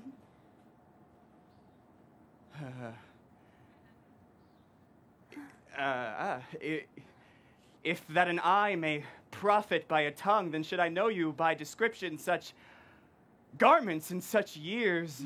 The boy is fair, a female favor, and bestows himself like a ripe sister. The woman is low and browner than her brother. Are not you the owner of the house I did inquire for? It is no boast being asked to say we are. Orlando doth commend him to you both. And to that youth he calls his Rosalind, he sends this bloody napkin. Are you he? I am. What must we understand by this? Some of my shame. If you will know of me what man I am and how and why and where this handkerchief was stained. I pray you tell it. When last the young Orlando parted from you, he left promise to return again within an hour, and pacing through the forest, lo, what befell. He threw his eye aside, and mark what object did present itself under an oak, whose boughs were mossed with age, and high-top bald with dry antiquity. A wretched, ragged man lay sleeping on his back. About his neck, a green and gilded snake had wreathed itself, who with her head nimble in threats approached the opening of his mouth. But suddenly, seeing Orlando, it unlinked itself, and with indented glides did slip away into a bush, under which bush's shade, a lioness, with udders all drawn dry, lay couching, head on ground, and cat-like watch when that the sleeping man should stir. For 'tis the royal disposition of that beast to prey on nothing that does seem as dead. This seen, Orlando did approach the man, and found it was his brother, his elder brother.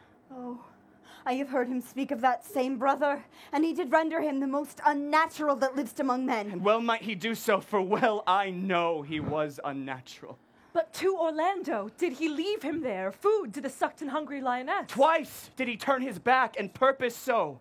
But kindness, nobler ever than revenge, and nature, stronger than his just occasion, made him give battle to the lioness, who quickly fell before him, in which hurtling from miserable slumber, I awaked. Are you his brother? Was you he rescued? Was you that did so oft contrive to kill him? 'Twas I. But 'tis not I. I do not shame to tell you what I was, since my conversion so sweetly tastes, being the thing I am. But for the bloody napkin?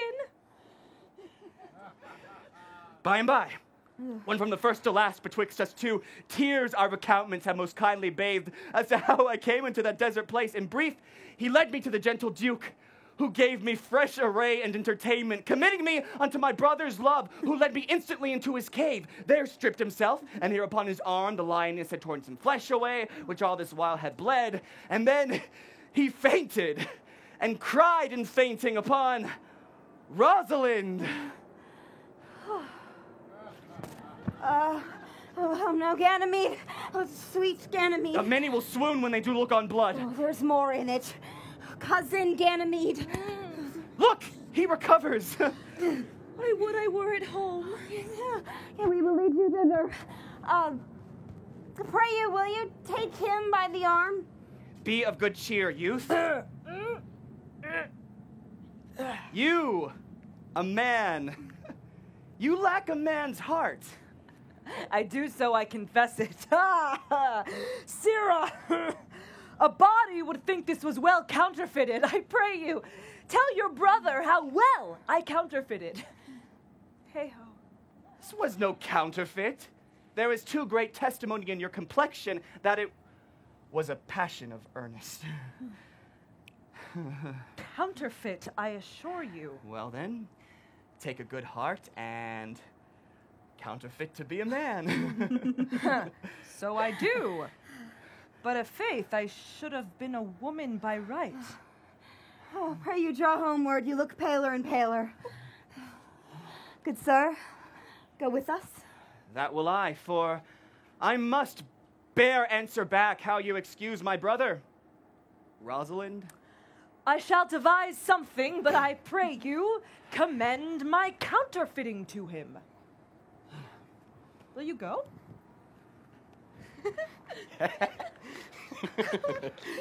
We shall find a time, Audrey.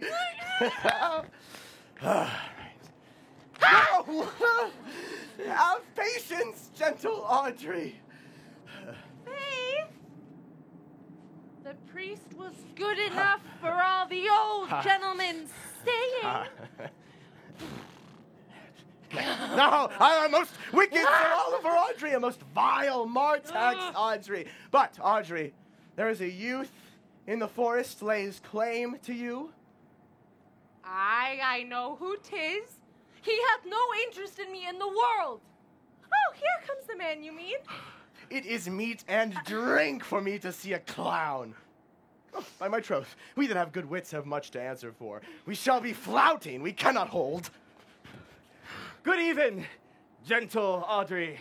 God ye good even, William. And good even to you, sir. Good even, gentle friend. Cover thy head. Cover thy head.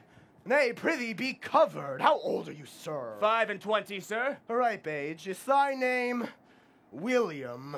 Will I am, sir. A good name. Wast born in the forest here? Aye, sir, I thank God. Oh, thank God. A good answer. Art rich? Fair, sir. So. So is good. Very good. Very excellent good. And yet it is not. It is but so. Art thou wise? Aye, sir. I have a pretty wit. Boom! Why, thou sayest well. I do not remember a saying, the fool doth think himself to be wise, while the wise man knows himself to be a fool. Aha! Do you love this maid? I do, sir. Give me thy hand. Art thou learned? No, sir. Then learn this of me. To have is to have. For it is a figure in rhetoric that drink, being poured out of a cup into a glass, by filling one doth empty the other. For all your writers do agree that ipsi means he. Now, you are not ipsi, for I am he. Which he, sir? He, sir, that must marry this woman. Therefore, you clown, abandon, which in the vulgar is leave, the society, which in the boorish is company, of this female, which in the common is woman, which together is abandon the society of this female, or clown, thou perishest, or to thy better understanding, diest, or to wit, I kill thee. Make thee away. Translate thy life into death, thy liberty into bondage. I will deal in poison with thee, or in bastinado, or in steel. I will bind thee with the infection. I will o'errun thee with policy. I will kill thee 150 ways. Therefore tremble and depart. Do good, William.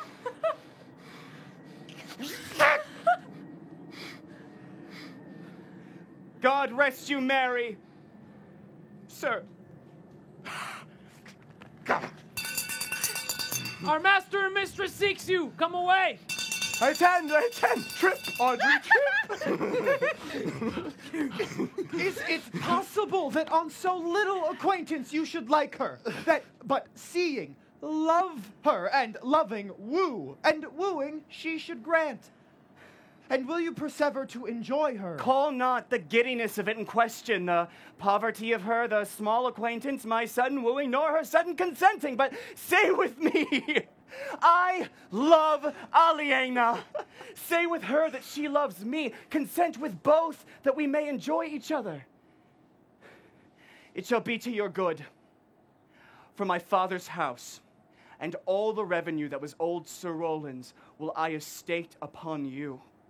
And here live and die a shepherd.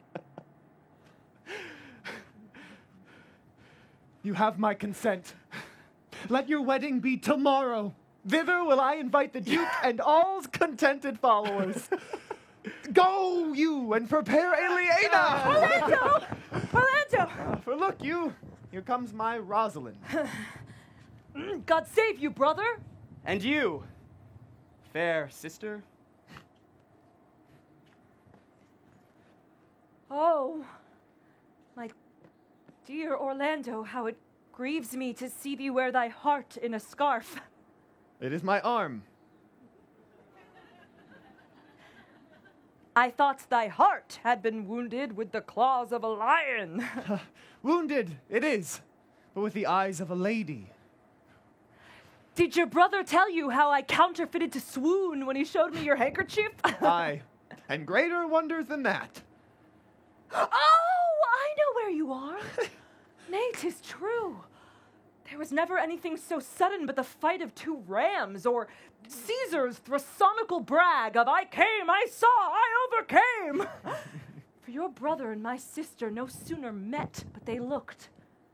No sooner looked, but they loved. No sooner loved, but they sighed.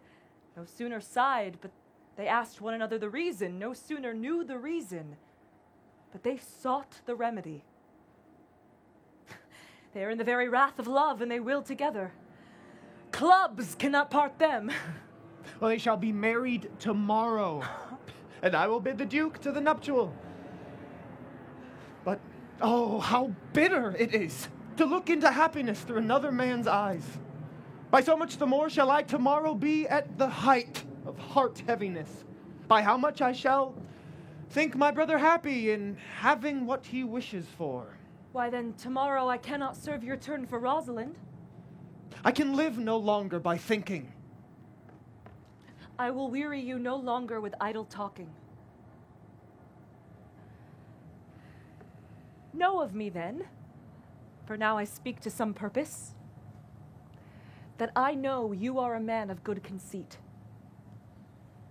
Believe then, if you please, that I can do strange things. I have, since I was 3-year-old, conversed with a magician.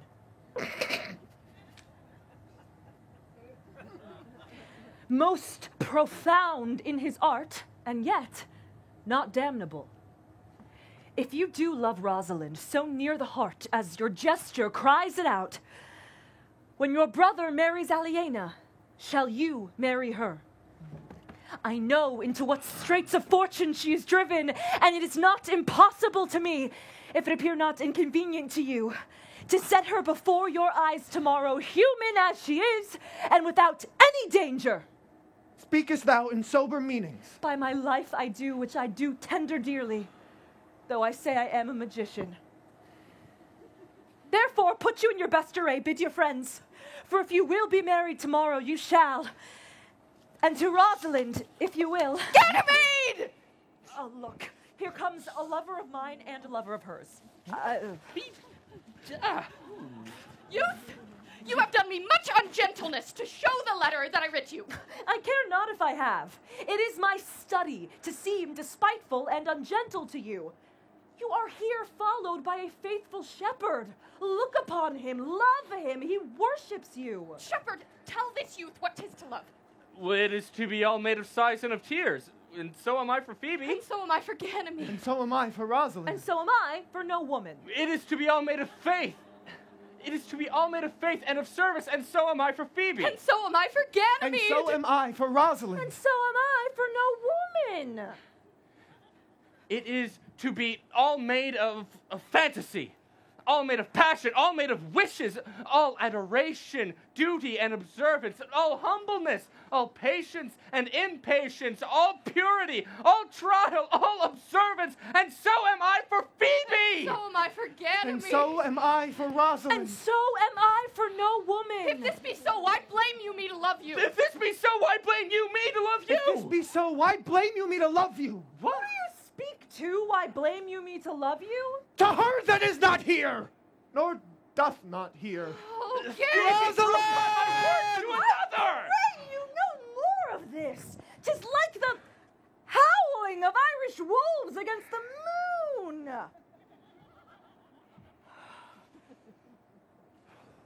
I would love you if I could. I would help you if I could. Tomorrow, meet me all together. I will marry you. If ever I'm married woman, and I will be married tomorrow. Oh, Phoebe! I will content you if what pleases you contents you, and you will be married tomorrow. I will satisfy you if ever I satisfied man, and you will be married tomorrow. As you love Rosalind meet, as you love Phoebe meet, and as I love no woman, I'll meet. Fare you well. I have left you all commands. I'll not fail if I live. Nor I! Nor I. Tomorrow is the joyful day, Audrey. Tomorrow shall we be married. I hope it is no dishonest desire to be a woman of the world.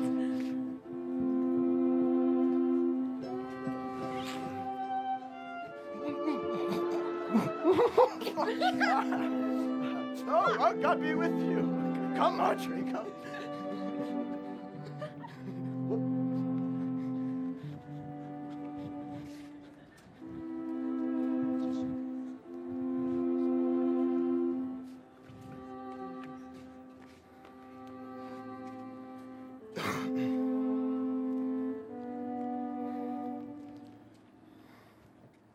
I do remember in this shepherd boy some lively touches of my daughter's favor.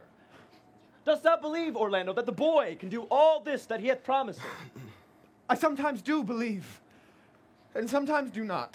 As those that fear they hope, and know they fear. You say if he brings in your Rosalind, you will bestow her on Orlando here. That would I, had I kingdoms to give with her. Here come a pair of very strange beasts, which in all tongues are called fools. Greeting and salutations to you all. Good my lord, like this fellow. This is the motley-minded gentleman I have so often met in the forest. He hath been a courtier, he swears. Oh, if any man doubt that, let him put me to my purgation. I have trod a measure. I have wooed a lady. I have been politic with my friend, smooth with mine enemy. I have undone 3 tailors, had 4 quarrels, and have like to have fought 1. And how was that ta'en up? Well, faith, we met and found the quarrel was upon the 7th cause. How 7th cause? Good my lord, like this fellow. I like him very well. God yield you, sir, I desire of you the like. I press in here, sir, among the rest of the country copulatives to swear and forswear, as marriage binds and blood breaks. By my faith, he is very swift and sententious. According to the fool's bolt, sir. But how for the 7th cause? How did you find the quarrel on the 7th cause? Upon a lie, 7 times remove it. Oh.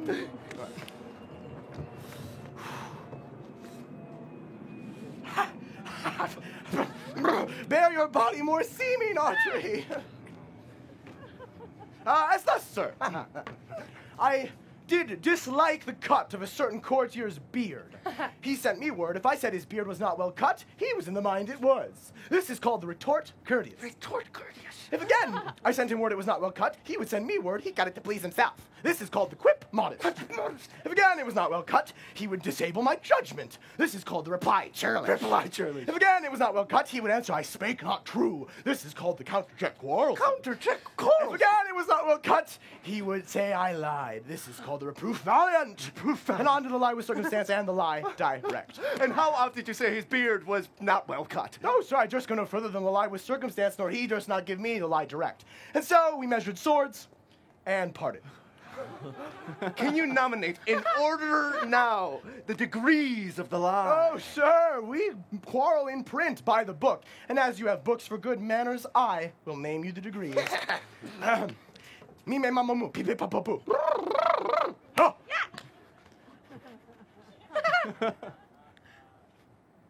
The first, the retort courteous. The second, the quip modest. The third, the reply churlish. The fourth, the reproof valiant. The fifth, the countercheck quarrelsome. The sixth, the lie with circumstance. The seventh, the lie direct. All of these you may avoid, but the lie direct. And that you may avoid too, but with an if. As, if you said so, then I said so. Your if is the only peacemaker. Much virtue in if. Is not this a rare fellow, my lord? He's good at anything, and yet a fool. He uses his folly like a stalking horse, and under the presentation of that, he shoots his wit.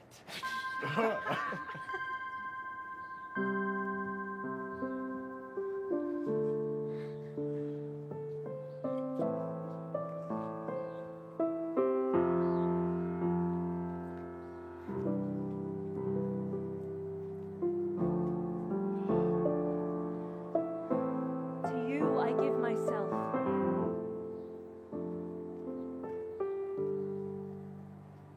For I am yours. To you I give myself. For I am yours.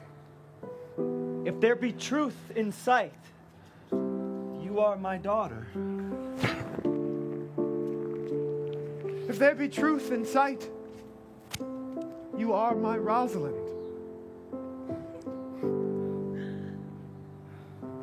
Wedding is great, Juno's crown, O blessed bond of board and bed. 'Tis time in peoples every town, high wedlock then be honor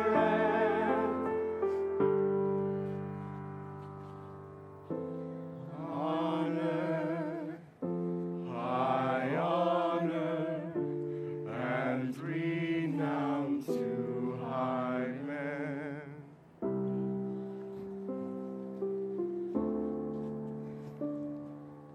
God of every town.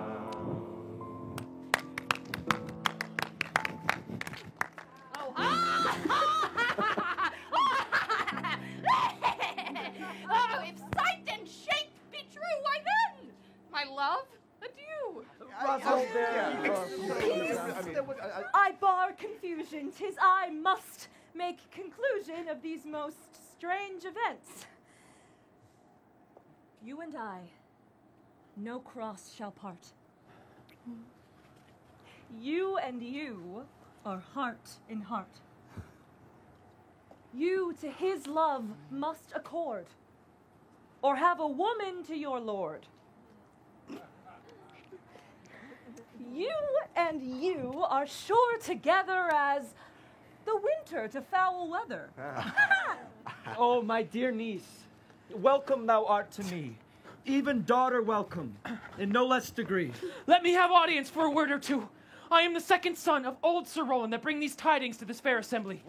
Duke Frederick, hearing how that every day men of great worth resorted to this forest, addressed a mighty power which were on foot in his own conduct, purposely to take his brother here and put him to the sword. And to the skirts of this wild wood he came, where, meeting with an old religious man, after some question of him, was converted, both from his enterprise and from the world, his crown bequeathing to his banished brother. and all their lands restored to them again. They were with him exiled. This to be true, I do engage my life. Welcome, young man. Thou offers fairly to thy brother's wedding. But first, in this forest, let us do those ends that were here well begun and well begot. And after, every of this happy number that have endured shrewd days and nights with us shall share the good of our returned fortune. Meantime, forget this new fall in dignity and fall into our rustic revelry. Come, music, and you brides and bridegrooms all, with measure heaped in joy, to the measure's fall. Sir, by your patience, if I heard you rightly, the Duke hath put on a religious life and thrown into neglect the pompous court. To him will I. Out of these convertites there's much matter to be heard and learned. You, to your former honor, I bequeath your patience and your virtue. Well deserves it. So to your pleasures, I'm for other than for dancing measures. Stay, Jaques. Stay. To see no pastime, I. But what you would have, I'll stay to know at your abandoned cave. Proceed! Proceed! We'll begin these rites. As we do trust, they'll end in true delights.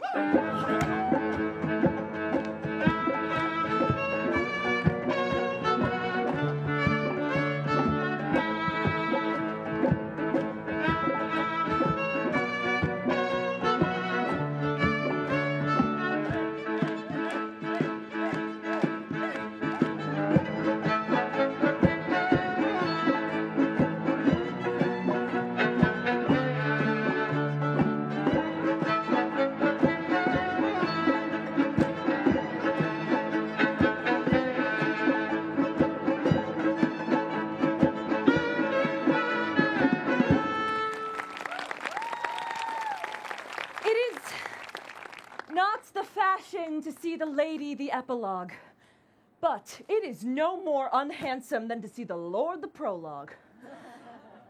If it be true that good wine needs no bush, then 'tis true that a good play needs no epilogue. Yet, to good wine they do use good bushes, and good plays prove the better by the help of good epilogues. What a case am I in them, that am neither a good epilogue, nor can insinuate with you on behalf of a good play. I am not furnished like a beggar, therefore to beg will not become me. My way is to conjure you. And I'll begin with the women. I charge you, oh women, for the love you bear to men, to like as much of this play as please you. And I charge you, oh men, for the love you bear to women, as I perceive by your simpering none of you hates them, that between you and the women the play may please.